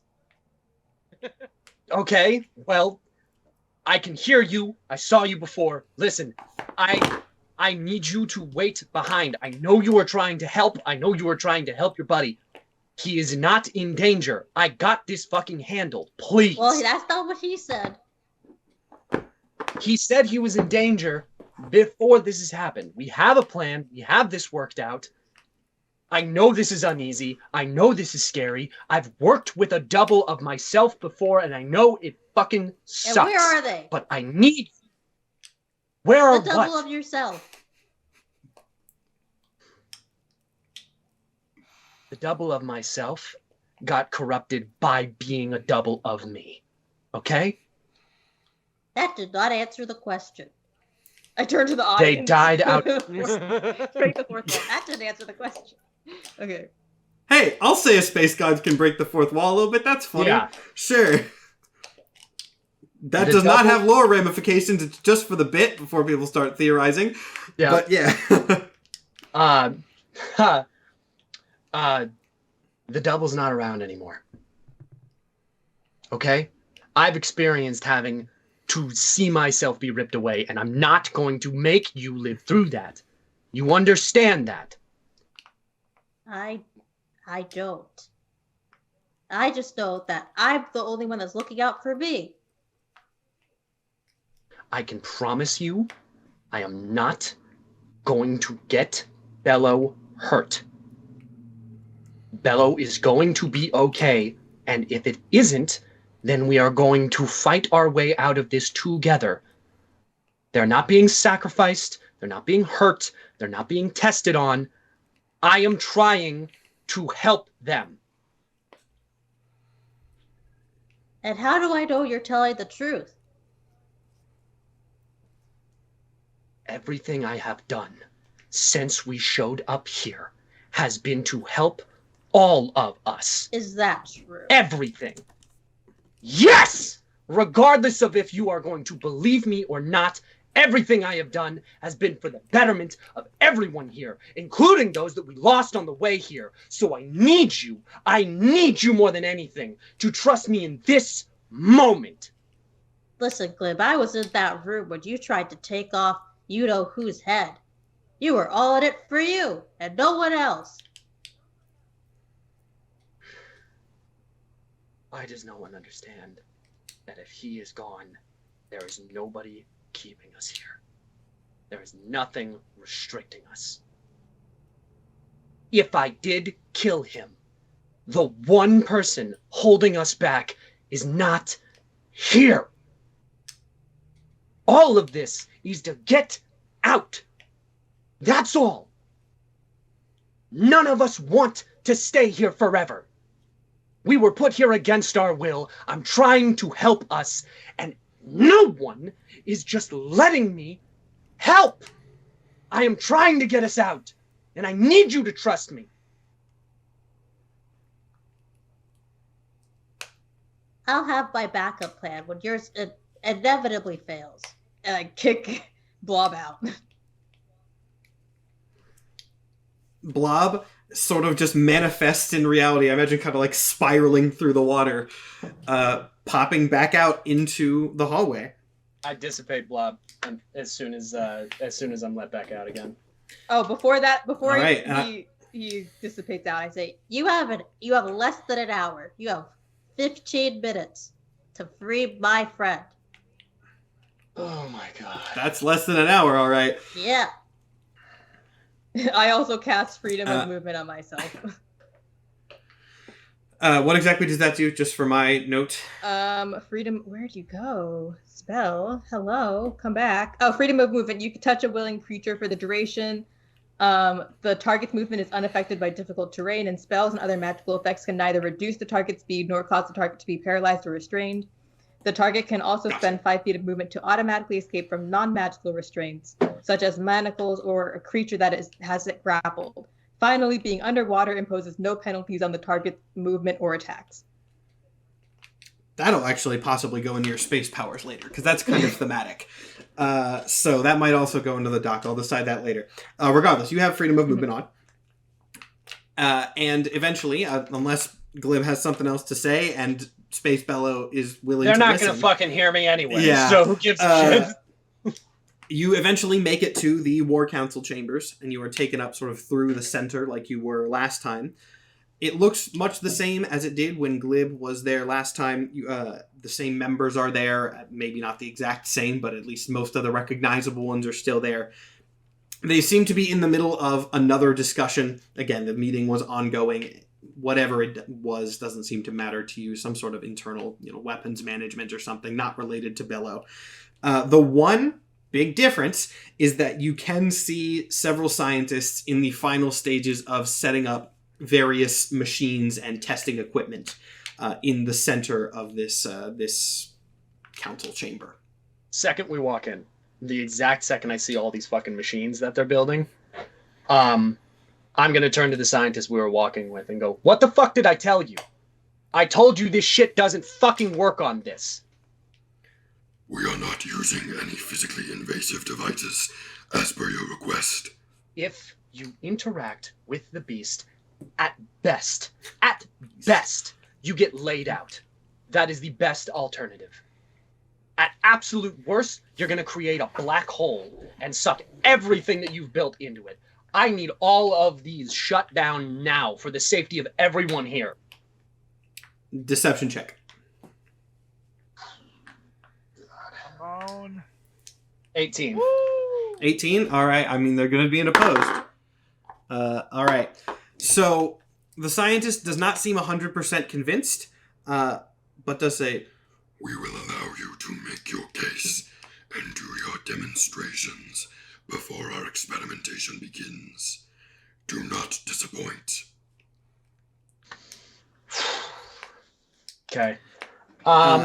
With that, the meeting, after maybe like for Billow's sort of 15-minute counter, maybe 2 or 3 more minutes pass as the War Council finishes up the previous order of business before the scientist who took you in does a sort of very quick recap for the War Council that were not present during the previous events as to what is going on, and then, very matter-of-factly, hands it over to Glib to demonstrate the creature's abilities and worth to the necrocephali cause. At this point, this is probably when Goodbid and Mike, I keep doing it. Nathan said, someone said Mike instead of Six, and that stuck in my brain. Goodbid and Styx, you are arriving at the necrocephali territories. You are not at the Citadel yet. Right. And if you want to get there, you're going to have to figure out a way to breathe underwater. I was just going to say, we get there, I feel like it could just be a 5-second cutaway. Be like, you know how to breathe underwater? Very obviously not. Right. Did neither of us think of this on the way here? Yeah, we had like a whole 15-minute train ride. God, what a fucking day for us, huh? God damn. I will say, after a few moments of you just standing there, other necrocephali will arrive to see what brought you to their realm, but that will take a minute, so we'll cut back to the War Council chamber. Glib, continue. A month ago, I told all of you that I would bring you a weapon that the leader of this station was afraid of. Exactly one day after that, that leader took my brain, he took my memories, he took everything that I knew, and in hopes to help me, the Chaos Orthodoxy tried to contain me. Now, I understand that's a sore spot, given how the previous day has turned out. But I have brought the being. I'm here. And you want me to demonstrate its power. I cannot show you the power here. And as much as all of you wish me to, and as much as all of you want me to give you some sort of demonstration of how powerful this being is, if I did that, if I forced it to use its abilities here, all we would be doing is telling the leader where it is. Something that your war already threatened to do. What we have here is a golden opportunity because we do not have something that can make weapons. We have the ultimate bargaining chip. We hold in our hands something that the leader of this place is scared of. And we need to hold on to it and keep it as safe as we can for as long as we can. Because with this in our possession, Emerald is not a threat to us. Because we can fight back against him. Because if he fights against us, there is a potential that we can destroy his bargaining chip. Something that we will not plan to do unless absolutely necessary. Every single person here needs to put their faith in me right now. The way that you have put your faith in me when I was captured. The way that you have put your faith in me when I told you I would bring them, and I did. I need you to trust me with this weapon, and know that I am here to help all of you. All right. Now this is an interesting little interaction for a couple of reasons.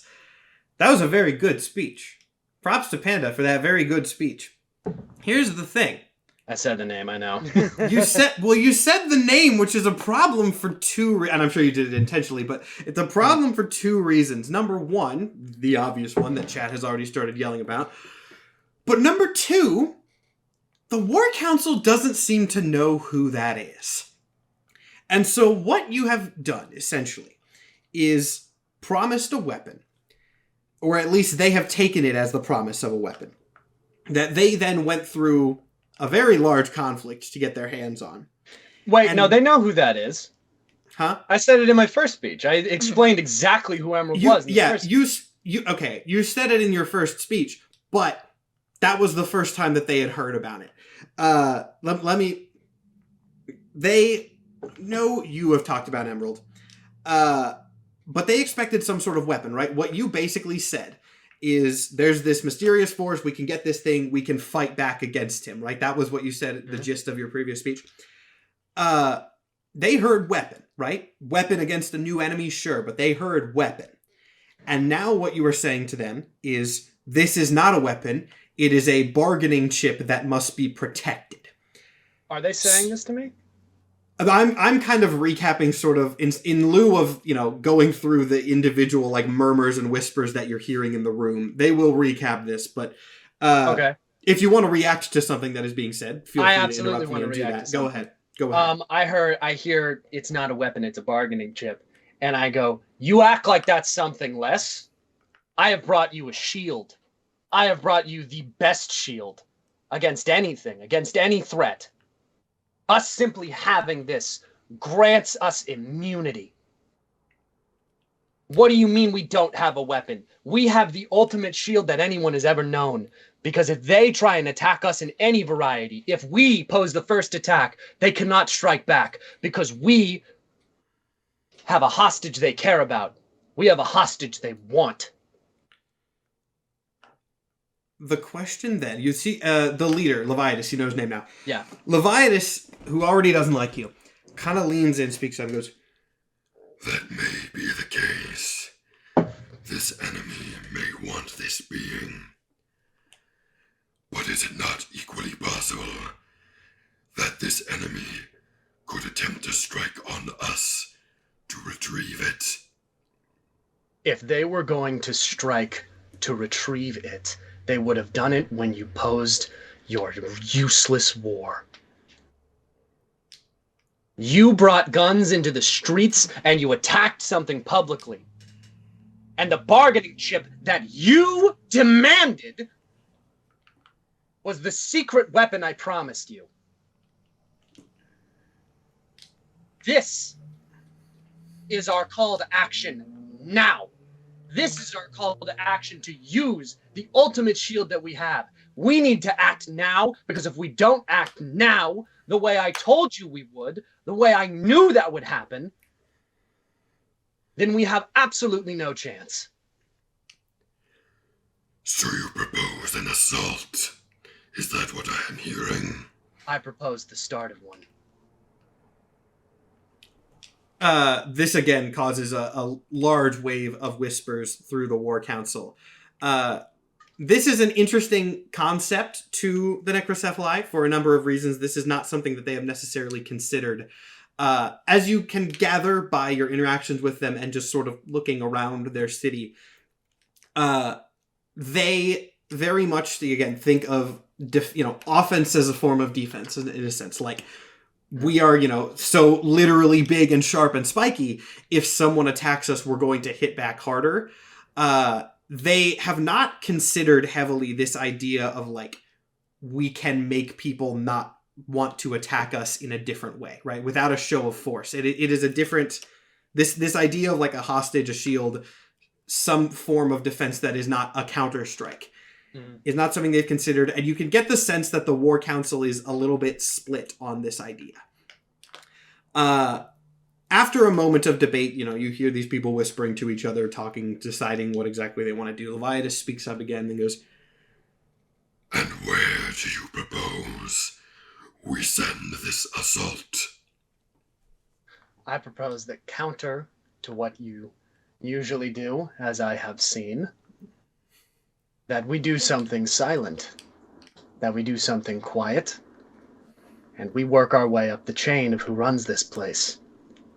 Because we just came from a very big building that apparently operates as a middle ground for every single one of the factions that I know is here.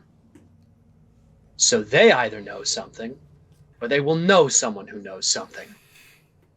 I propose the start of an assault, and not an outright one, because right now we have our ultimate shield against an enemy that none of you know about. And there is no direct line to send a battalion of people with swords and spikes to go and kill. But we know where the information about that is held. We know where they possibly could be. And we know exactly how to get to there, as evidenced by us being here. I am asking for your help to take down something.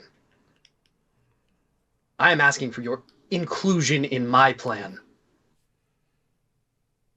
Would you like to strike back against any future opposers? Or would you like to sit here and wait as someone does it for you? That line, that last line, which I know you as a player chose very carefully, was well chosen. And you hear another chorus of whispers go throughout the council, though they seem a little bit more enthusiastic, a little bit more in your favor, which Leviathan is, of course, not happy about. Mm-hmm. I ask you this out of character. Are you proposing an attack on the main sort of faction center, or are you opposing some sort of like espionage? Okay, I am proposing the way that I have brought you a weapon before. I am planning to bring you the information of where to point it. I have brought this, and now that we have this, you will never be attacked. And now that you will never be attacked, let's go get the information so that we can find where we will attack.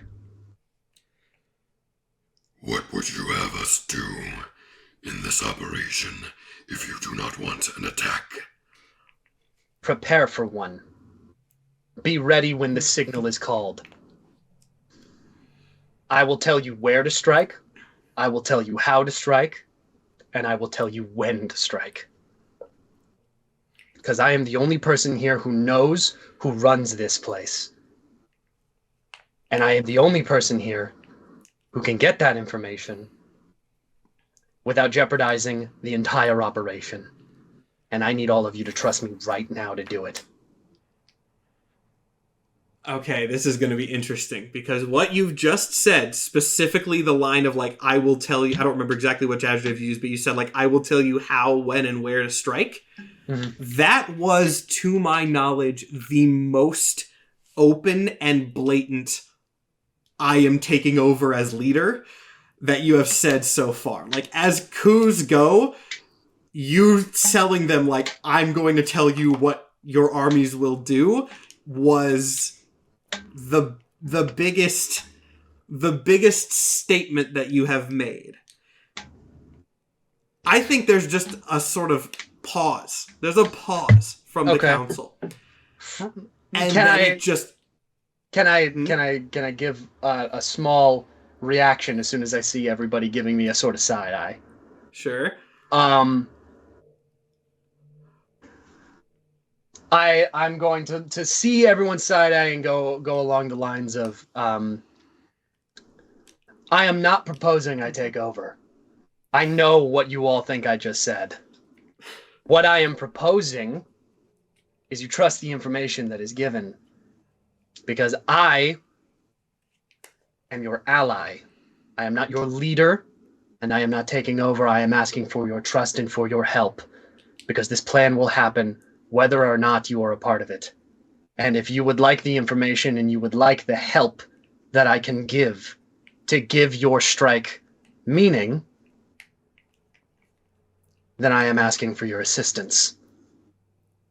And then I give like a slight bow to Leviathan. the pause continues for another moment. And from the reactions of the council, the members of it that have faces, they seem shocked, and you get the idea that this is...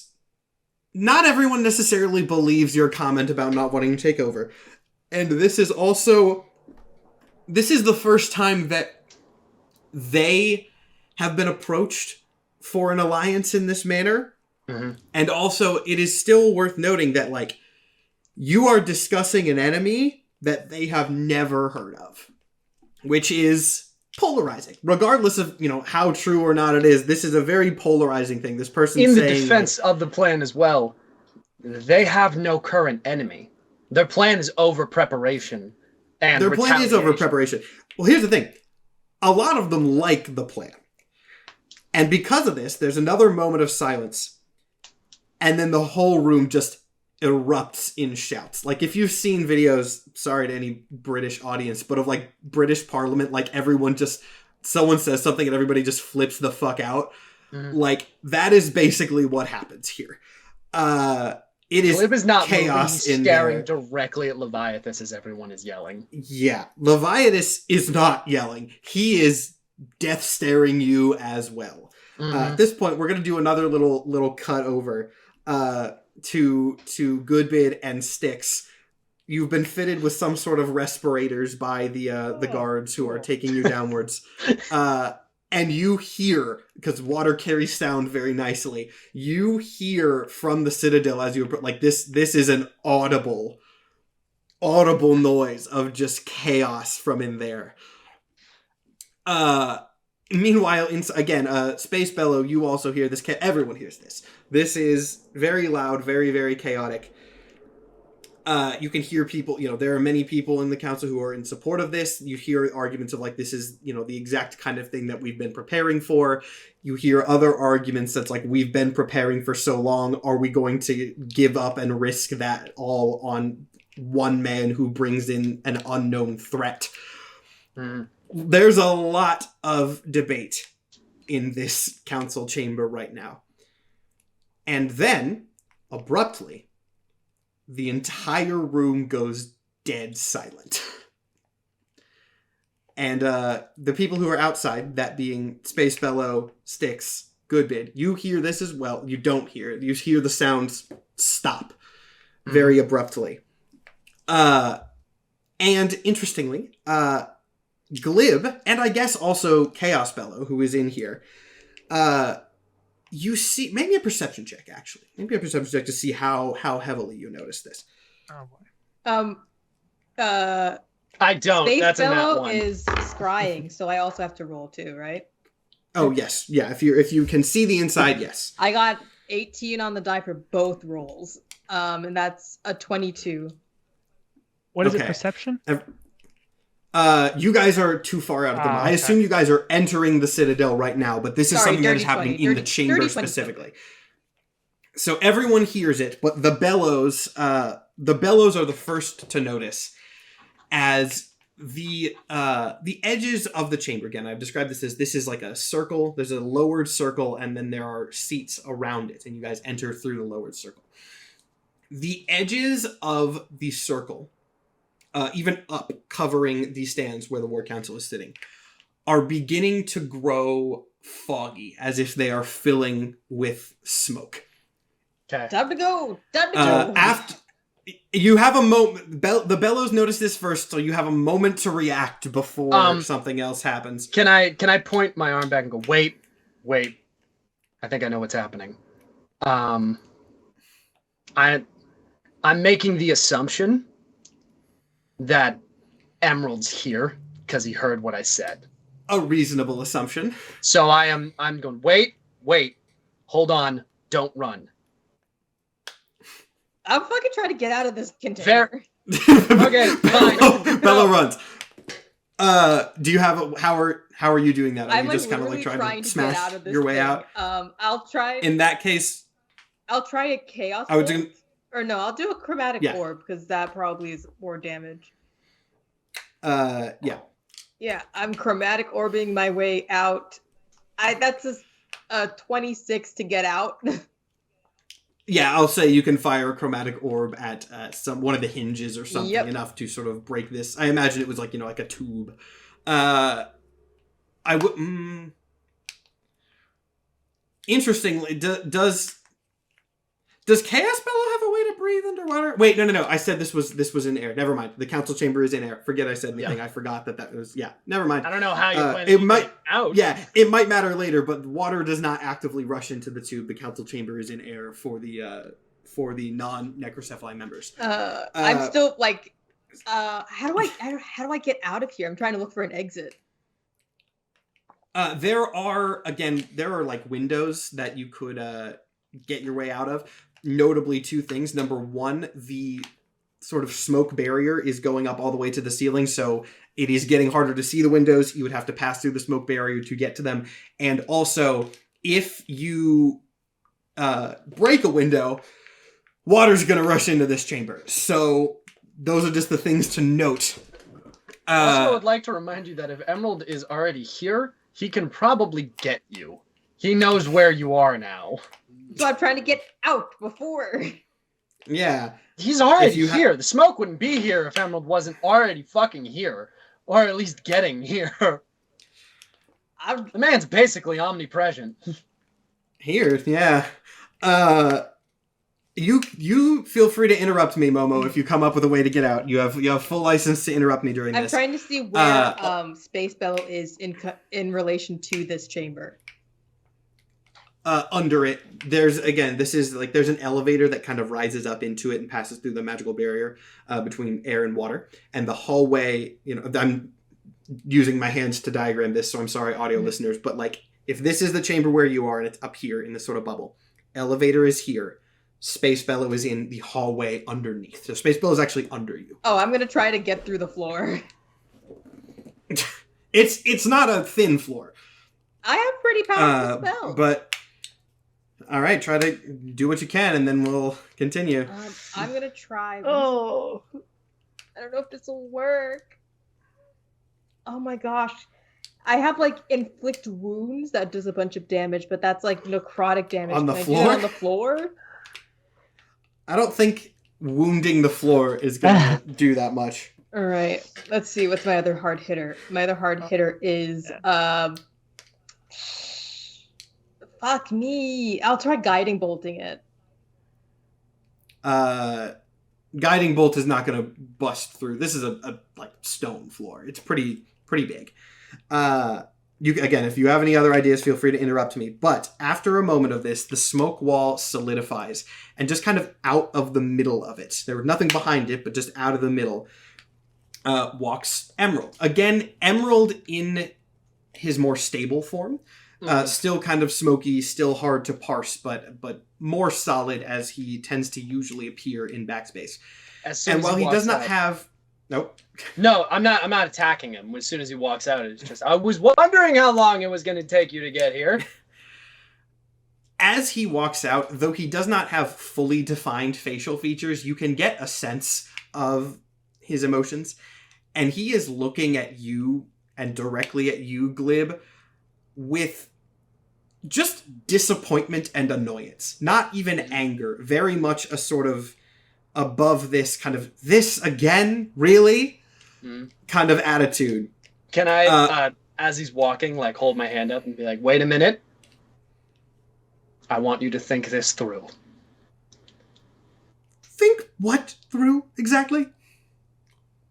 I'm assuming you're here to punish me in some way for bringing you up, for fucking up whatever this is. Up. Not punish. Fix. Fix the problem you just caused. That's what this is. Whatever you want to say. I want you to think this through. He is now here. Everyone in this room and everyone in Backspace now knows that he is here. So unless you would like to magic erase everybody's memories in the entirety of Backspace... Which I would be fine with, if necessary. Let me make that clear before you continue. Sure, you could. Magically reset this entire building that you've been working so hard to build. You could do that. Wouldn't be the first time. Sure. But if he goes, everyone here is coming after him. Everyone here knows where I'm taking them after this. And you can reset it again. But obviously, we're back here again, aren't we? It doesn't take that long. I did this in, 2 days? After you brought me back? Where you dropped me?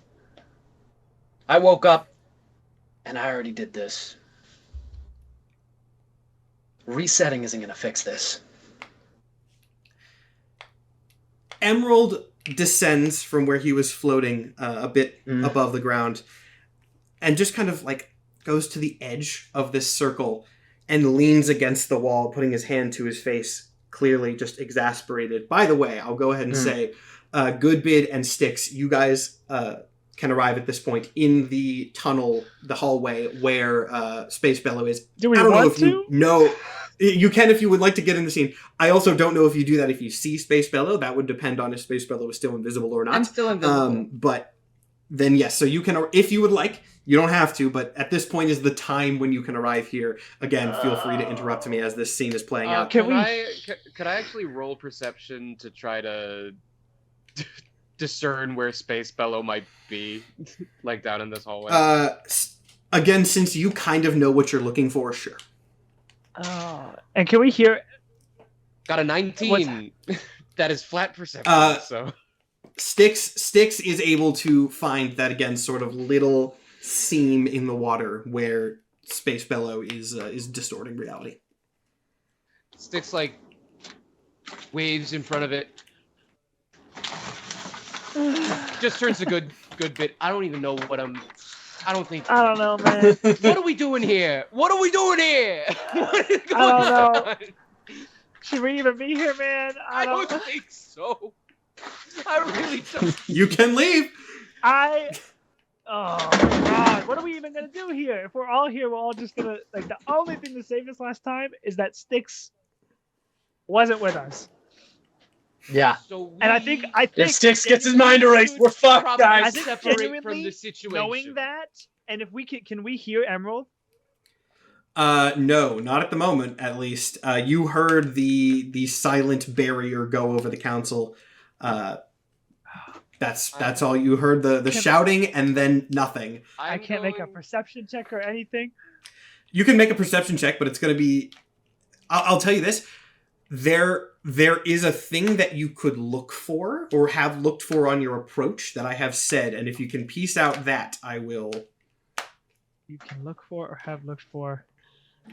Or have noticed. I mean, I guess any sign of Emerald, whether it's the inky black smoke or his voice or anything, I'll take it. Okay, I'll give you that. As you were approaching, I said there were windows in this council chamber, and the smoke barrier is on the inside, so you can see the distinctive smoke barrier forming in the council chamber as you approach through the windows. And I don't need to. That would have been something you would have seen like a minute or two ago. And I don't need to make an insight or anything to make that connection. That's Emerald's. It's something you've seen before. It is similar to the power that you've seen. I think in the past. Genuinely, the thought process is. The only thing that saved us was that the party was separated and one of us didn't get wiped. I grab Styx and go, "Bad man's here. We gotta go." Okay, Styx is gonna back up to where he assumes Invisibello can see him and be like, "That is a good point, Mr. Goodbid. This place is beyond it, and the party needs to separate and leave. Goodness gracious, I hope I am enunciating enough to be read in lips or heard so that any unseen observers might, of their own will and volition, also leave. Let's run." And let's go. And we bolt down the hallway. Since you did that with so much intention as a player, Momo, you don't need to roll. That was readable. Wait, I was under the impression that we couldn't see the chamber from here. You can't see the chamber from here. They came in from outside just a minute ago. Okay. They saw the smoke as it was forming. And it took until then for us to make the connection, for Goodbid to make the connection. Okay. That's what's happening. Yeah. On that, I guess the question before we cut back to inside the chamber, Space Bellow, are you going with them or no? Did not think so, but I wanted to be sure. And if necessary, did not think so, but I wanted to be sure. If you deem if running down the hallway isn't enough, I will totally burn a 7th level teleport to get out of here. If you think I'll say it's not. I'll say it's not necessary right now. Depending on how the interaction in the chamber goes, it might become necessary. But I will say, since you said that now, I will give you a warning if it's like things are heating up. Since Goodbit is actively looking for that, I will give you a warning. What were you gonna say, Mike? I was gonna say, could I say before we go, because he knows generally where Bello is, but I don't know. Is this? All right. I would like to. I want to cast something on Bello, because even if he doesn't follow, to give him some kind of help. Use an actual paladin skill. Would I be able to, before we go, quickly cast protection from evil and good? Would that even help? Up to 10 minutes? No, never mind. That wouldn't help. Okay. I will say this, at the very least, that would work on necrocephali, right? That would work on necrocephali. So you don't know if they're a threat at the moment, but that would help with them. I have 2 questions.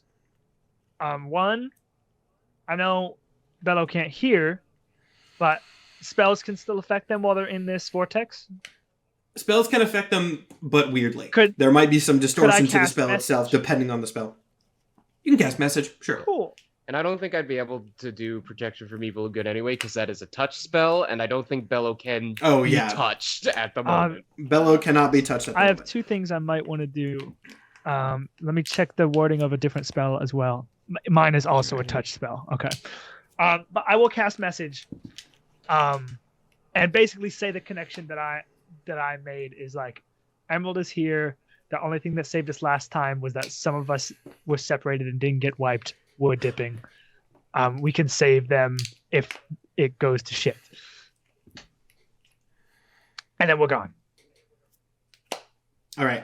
I might throw in there, like, I don't blame you for acting the way you did. With that, we will cut back into the chamber. So Glib and Chaos Bellow. Chaos Bellow is out of the tube, but not out of the chamber, at least yet. Emerald is still talking more directly to Glib. Does not seem that concerned about Bello, at least right now. But Bello, you are free to interject or say anything at either of them, regardless. Emerald still has this kind of exasperated, frustrated look on his face as Glib is doing this, intimidation play. He goes, "You just don't understand the nature of what I'm doing here, and I had this discussion with you before, and I really don't think you ever will, so I don't know why I'm bothering with this. You understand that I could just kill you if you don't want your mind. That was a mercy that I afforded to you because I'm really not as bad as you seem to think that I am." I don't care how bad you are. Then which one of us is worse? Me. By far. By a very far margin. Death isn't a problem. I want out. I don't want this. Oh, man. I have a plan. I have a way to go. You're in the way. I think I know the answer to this already. It's probably a ridiculous question, but in the spirit of trying to prove myself as not the horrible person that you seem convinced that I am, care to share any aspect of that plan at all? Perhaps I could be of assistance instead of you causing me problems and destabilizing my safety, the safety of everyone. I don't think you're going to say anything, but I'm giving you the opportunity. Let it never be said that I didn't. The first thing you did when I showed up here was take the kid that I was protecting. The second thing you did was swear everyone that I know to secrecy. And the third thing you did was steal all of my memories from me. You can forgive me for not wanting to tell you anything. Fine. You make an interesting case. and so I will explain my reasoning. First, though, I want you to consider that me explaining my reasoning is probably not a good sign of your ultimate fate.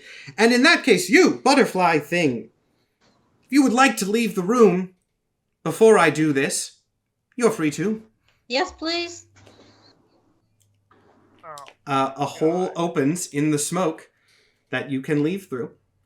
Interesting that he's letting you go. This probably isn't over in some capacity, but at the very least... I'm dipping.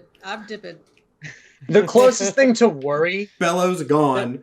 There's a slight sting of worry on Glib's face for half a second, but then he looks down for a second and then goes back to Emerald stone-faced again. Oh, fuck. And after Bellow leaves, Emerald waves his hand, the smoke barrier closes again, and again, just very casually, kind of leaning up against this wall, he starts to speak. He goes, I maintain the secrecy of this place from an embodiment of nothingness itself. It does not want this place to exist as much as it can want anything. Hard to explain its motivations. Even I truly don't understand it, but I know they're not great for the continued existence of reality. But that maintaining is based on secrecy. This is not a complicated equation. The more secrets there are, and the more secret I am, the more my power grows. I have power over secrets. I don't have power over the known. Secrets, mine. Known, not mine. If you make me known, every time you speak my name, the shields on this entire realm crack a little bit more. I don't want to kidnap children, but if a child version of me is running around the station, spreading the knowledge of my abilities, crack, crack, crack. Do you understand, Glib? Do you understand this now? And do you understand what me telling you this means for your immediate future? Why won't you let us leave? To go where, Glib? Leave to go where? If you had enough to build all of this, if this is a mercy for everyone, if in the infinite time that you have been able to erase everyone's mind and build all of this up, why haven't you just figured out how to do the plan that every single one of us in this station came here to do? You see, again, this just pure annoyance and exasperation come over Emerald's partial face. He goes, I have been alive for longer than you can fathom. You are a frog. A frog that is what? 25, 30? I'm not good with frog age, but it's not long. In the cosmic sense, it's nothing. Do you want me to explain to you where we are, what's at stake, the infinite cycle that reality keeps going in forever and ever and ever, and how I am the only thing keeping the balance between existence and non-existence going? I could. I don't have much else to do right now. Do you want that lecture, Glib? I just want to know why I can't go home. Because there is no home to return to. Then send me somewhere that isn't here. Send us all somewhere that isn't here. You've locked us in a cage at the end of time. I know that much. Wrong! I've locked you in a cage at the beginning. Before the beginning, if anything. There is nothing outside of here. There may be, sometime. At some point, the prime gods will exist, and that will kickstart the existence of Vontril before eventually Vontril will be disintegrated by the blanks and the nothingness. Some survivors may return here and the cycle will begin anew. You want to escape everything. I don't understand how I can help you achieve that goal. Simply send us forward. We got back. We overshot the destination, but we got back. Is there some rule of the universe? Is there something that is holding you from letting us do what we came here to do?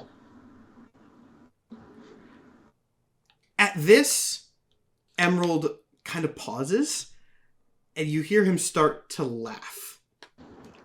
Genuinely, seemingly. Just send you forward. What a wondrous idea. What a great, excellent idea, Glib. I can't do that. I am not the god of time. I have no power over this. I keep you here. I keep you existing. If I could send you somewhere else, that would be wonderful. It is not within my scope. You're an amazing warden. No one has denied that. All I am asking is why you imprison I'm assuming hundreds of minds that know how to. We came here on a wooden ship with someone who knew how to take us back.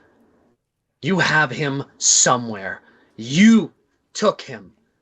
For no other reason than we said your name. Yeah, sure, secrets, I get it. But you're holding him somewhere, and I'm assuming I'm not the first one to do it.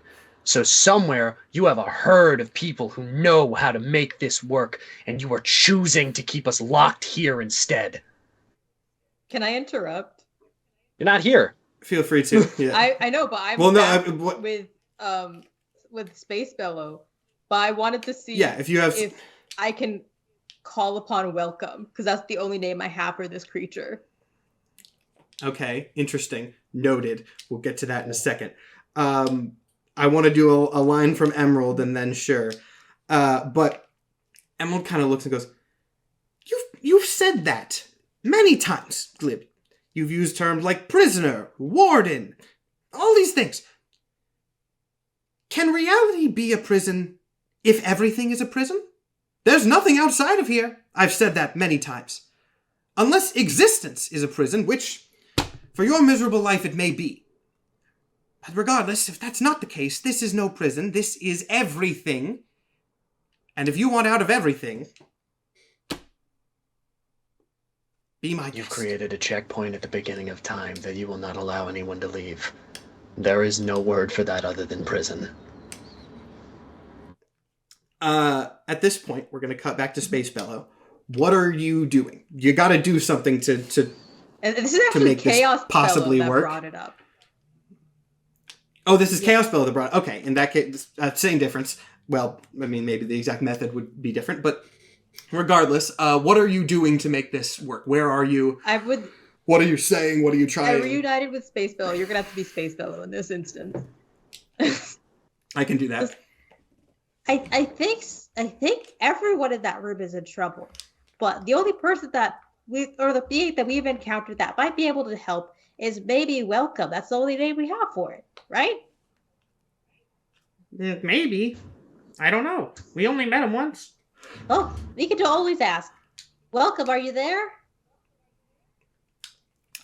Space Bellow kind of does the same, just sort of, you're just kind of, again, I need you to describe your thought process, because intent is very important when dealing with these things. If it's simple, it can be simple. Just, I need to know what Bellow's thought process is in this, because that matters. The intent is literally like, can a friend come to help us? And it is as simple as that. It is just a very pure, very like, can something... All right. You see down the hallway a bit, or I guess down the hallway if you're reunited with Space Bellow. Not immediately next to you, but the creature in its saturated form. Oh, Welcome. Fantastic. So there's something weird going on in that room up ahead. There's this being that has a bunch of smoke around it. Oh, do you know what that is? The thing does not respond to you verbally, but it looks up in the direction of the chamber. Well, what that means, you're not sure, but... It feels like bad news. Is there anything you could do to help? It disappears. Okay, we'll catch you later, Welcome. You know where to find us. And we're getting out of there. It disappears. The bellows dip. Returning to the chamber. What was the last thing that was said? That was my brain is going through the I said I you can't say made a name yet. you made a checkpoint at the beginning of time. Oh, yeah. Won't let anyone leave. Okay. As you once again, Emerald starts laughing once again, genuinely, kind of in a condescending way, like this puny mortal doesn't understand what's going on, kind of thing, and then very abruptly stops, just like laughter, and then cut immediately. And he's just there for a moment. If you want to say something in that gap. Do I feel anything? No, not at the moment. No. No. Glib just looks at him. What? You run out of platitudes for me? Did you run out of another condescending comment to tell me? Impossible. You must be mistaken. Is he looking at me? He's just kind of looking where he was. Can I look behind me if you don't see anything else in the chamber? That's what you said when I said there was a blank here. You must. I understand, but this thing does not understand anything. It self-interested little frog that doesn't know anything beyond pain. There's nothing worthwhile here. What is this going to do? Oh, you're talking to someone. Glib is going to move his head to the side and see if Emerald's head follows him, because he's going to start getting closer. His head does not move. Okay. He is looking at something that you cannot see. Glib gets a little closer, and he's going to... I'm assuming it's either really fucking colorful or it's really fucking dark right now. Either way, I'm gonna tell you what it told me. Welcome. And he's going to step back and start walking towards where the wall is, because Emerald's obviously in the middle of something. Here's where things are going to get double interesting. As you do this, you see the being appear in front of you before you reach to the wall. Closest it's ever been to you, notably. It's not right in your face, but it's a couple feet away, hovering a little bit off the ground. Okay. It is still oversaturated. Notably, Emerald's eyes have not moved. He is still having a conversation with something that you cannot see, which is on, I guess, the other side of this room. Yeah. This thing just kind of stares at you for a second, seemingly waiting for any sort of response, if any comes, before speaking. Are you gonna help? It looks back at Emerald. It looks at you, Glib. And then it looks over, seemingly in the direction where Emerald is looking, presumably at where this other thing is, whether it can be seen or not. You see, instead of speaking, its form swirls a little bit. You see sections of this monochromatic black and white that used to make up its form kind of flow in from the edges and swirl around and then pulse back out. And you get the sense, if anything, that this is some sort of warning. Warning and possibly threat. Is that directed at me? There is a singular nod from this thing. Are you talking to him? I'm going to look back at Emerald. It does not respond. Emerald, in the meantime, continues having this angry conversation with something that you cannot see. Glib is thinking for a second and goes, are you going to stop him, or are you going to stop me? There is no immediate response from this thing, but it seems for a moment to be contemplating something. Mm-hmm. And then, in the first, like, the most pronounced physical movement that it has made, it spreads a hand out, raising it towards you. Mm-hmm. But instead of pointing at you, it does something literally impossible for me to describe in English. Okay. As if its hand disintegrates and fractalizes, becoming this unknowable shape that you cannot fathom on this eldritch scale. Okay. And you get the sense that it is not pointing at you, it is not pointing at Emerald, it is not pointing at whatever other thing is in the room with you. It is pointing in every possible direction at once. This thing is using some sort of unfathomable cosmic nonsense to point everywhere. Glib is gonna see that, choking down the shakenness of it, and is gonna look back at it and go, I take it you're not a friend then. Once again, it speaks in this chorus of every conceivable voice that you have ever heard and ever will hear. Instead of saying welcome, though, instead of saying a singular word, in this unfathomable chorus of infinite voices, in response to your question, it poses another question. It says, are you a friend of me? And vanishes. After a second, I listen to see if Emerald is still having his conversation. You do not hear anything in the discussion, and you look back to see Emerald staring at you with the most rage you have ever seen any singular being have in its face. Mm-hmm. Glib is going to smile and just go, I told you so. Emerald, very quickly, like, still hovering above the ground a little bit, he seems to have risen above the ground in anger, snaps towards you instantaneously. Mm-hmm.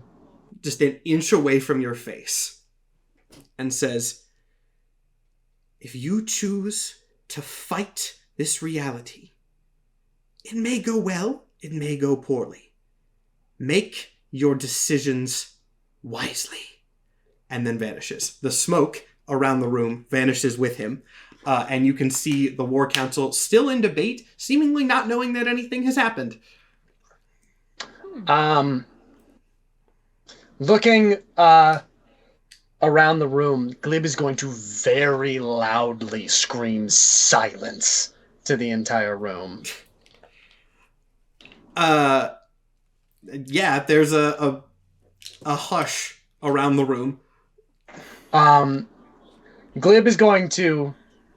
Do they realize I'm in a completely different location? If anyone does, you see, like, mild confusion more than anything else. I mean, they were all yelling amongst themselves. It's not inconceivable that you might have moved. Okay. Glib is going to... I'm assuming I can swim. He's going to get some... Oh, right, no, it's in air. This is in air, yeah. Right. Glib is going to not push the thing that Bella was being held in to the side as he walks past and goes, while you were all debating if this was going to be conceivable or not, your prize has been taken from under your nose.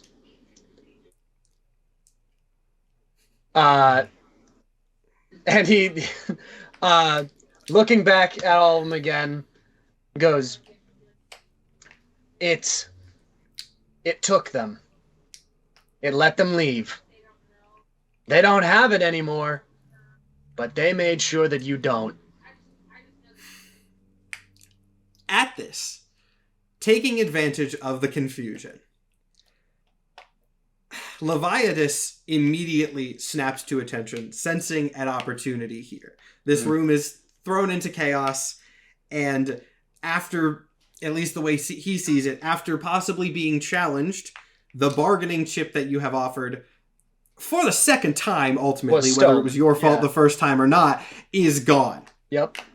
And shouts, seemingly amplifying his voice mechanically somehow, so it is very loud, louder than you, because Enough of these games. Guards, eliminate this buffoon once and for all. and at this point, I think we might call it there and open session 5, finally, with the first combat. What the fuck? With the first combat, finally, we're going to go another session without Glib combat. versus the entire war council. Well, how far did we get? Don't worry. I was about to say, they didn't get that far. So, remember, it seemed like there might have been some sort of time slow that was going on in there, so... That's true. Not that Okay, far. that is true. Not that far. So we're going to open And open next session. Big Bad's voice was really loud, and we heard that. Oh, yeah, it was. Turn it around, So, turn it around. I'm just going to go ahead and say I'll make up some sort of special stuff for this, but the beginning of episode 5 is going to be escaping this place while under active attack. Mhm. Welcome back to America's It's favorite gonna game be show. Is fun. Glib fucking dead this week? Find out next time. Tune in next time to see him. It's actually really funny. Yeah. Next week I was gonna be like, guys, I can't make it, but like Space Bellow has taken Chaos Bellow and blipped out of there, so it makes sense if I'm not even in the next combat. Good lord. Oh, yeah, we'll discuss that later scheduling wise. We could go ahead and do episode 5 next week, and that does work out. All right. Shit. I don't want to say sweet that Momo's gone, but I'm glad it worked out at a time when Momo... There's no way to say that incredibly nicely, but it was acceptable timing, so that worked out. All right, sweet. This is gonna be very cool. I hope this episode had interesting lore implications for things. There's a lot of you guys kind of maybe sort of figured out a little bit more of what the mysterious creature is, or possibly creatures.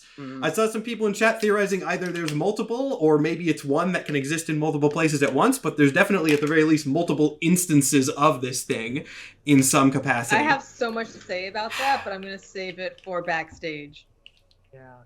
Excellent, excellent. Do we have any other announcements before we cut to that? I don't think we have anything other than the usual. I guess, Momo, do you want to go through the Patreon VODs thing again? Because that is the newest thing we have. If you have noticed, we no longer have the VODs available on the, oh my gosh, on your Twitch channel anymore. You do have to wait either until Wednesday to see them for free $0 on YouTube, Spotify, wherever you listen to your podcasts, or you could give us $1 or $5 and watch it on Sunday, 3 whole days before everybody else. And that way, you get no ads, 0 ads, and all you have to do is give us between $1 to $5. Yeah, and I'll note again, remember it's monthly, Yes. so it's basically like 25 cents an episode, which is not that much. Plus other And bonus you can content. also So sign up to annually and just give us less than $12 a year, or you could give us whatever 5 times 12 is.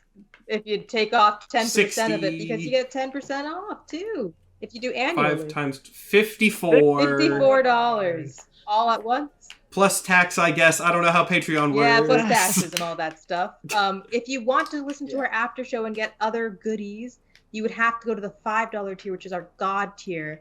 But if you're just okay with listening to the VODs, watching the VODs, you can do our $1 tier. And also, you still get access to the Discord, where people are probably there yelling right now. I'm not there yet, so. I'll go look in a minute. Once the stream's shut down, I'll go look. All right. Well, thank you all for watching. I hope you enjoyed. Next session, we'll finally do the first combat of this. I was planning on it this time, and then it didn't pan out time-wise, but I'm glad we handled the pacing the way we did. Momo might not be there, but Bello will have adventures elsewhere. We'll make something work, and then scheduling for that will be nailed down. And I will post updates on Discord, etc. when that schedule is finalized, so you guys will know. I don't think we have any other announcements other than the usual. We've got merch. We already did Patreon, so we got merch. We have our link to all that stuff on the screen all the time now because we got the new overlay. And on that note, that's going to call it. So, again, thanks everybody for watching. Have a good rest of your weekend.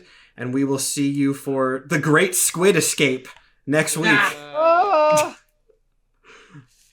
Bye, everybody. Bye.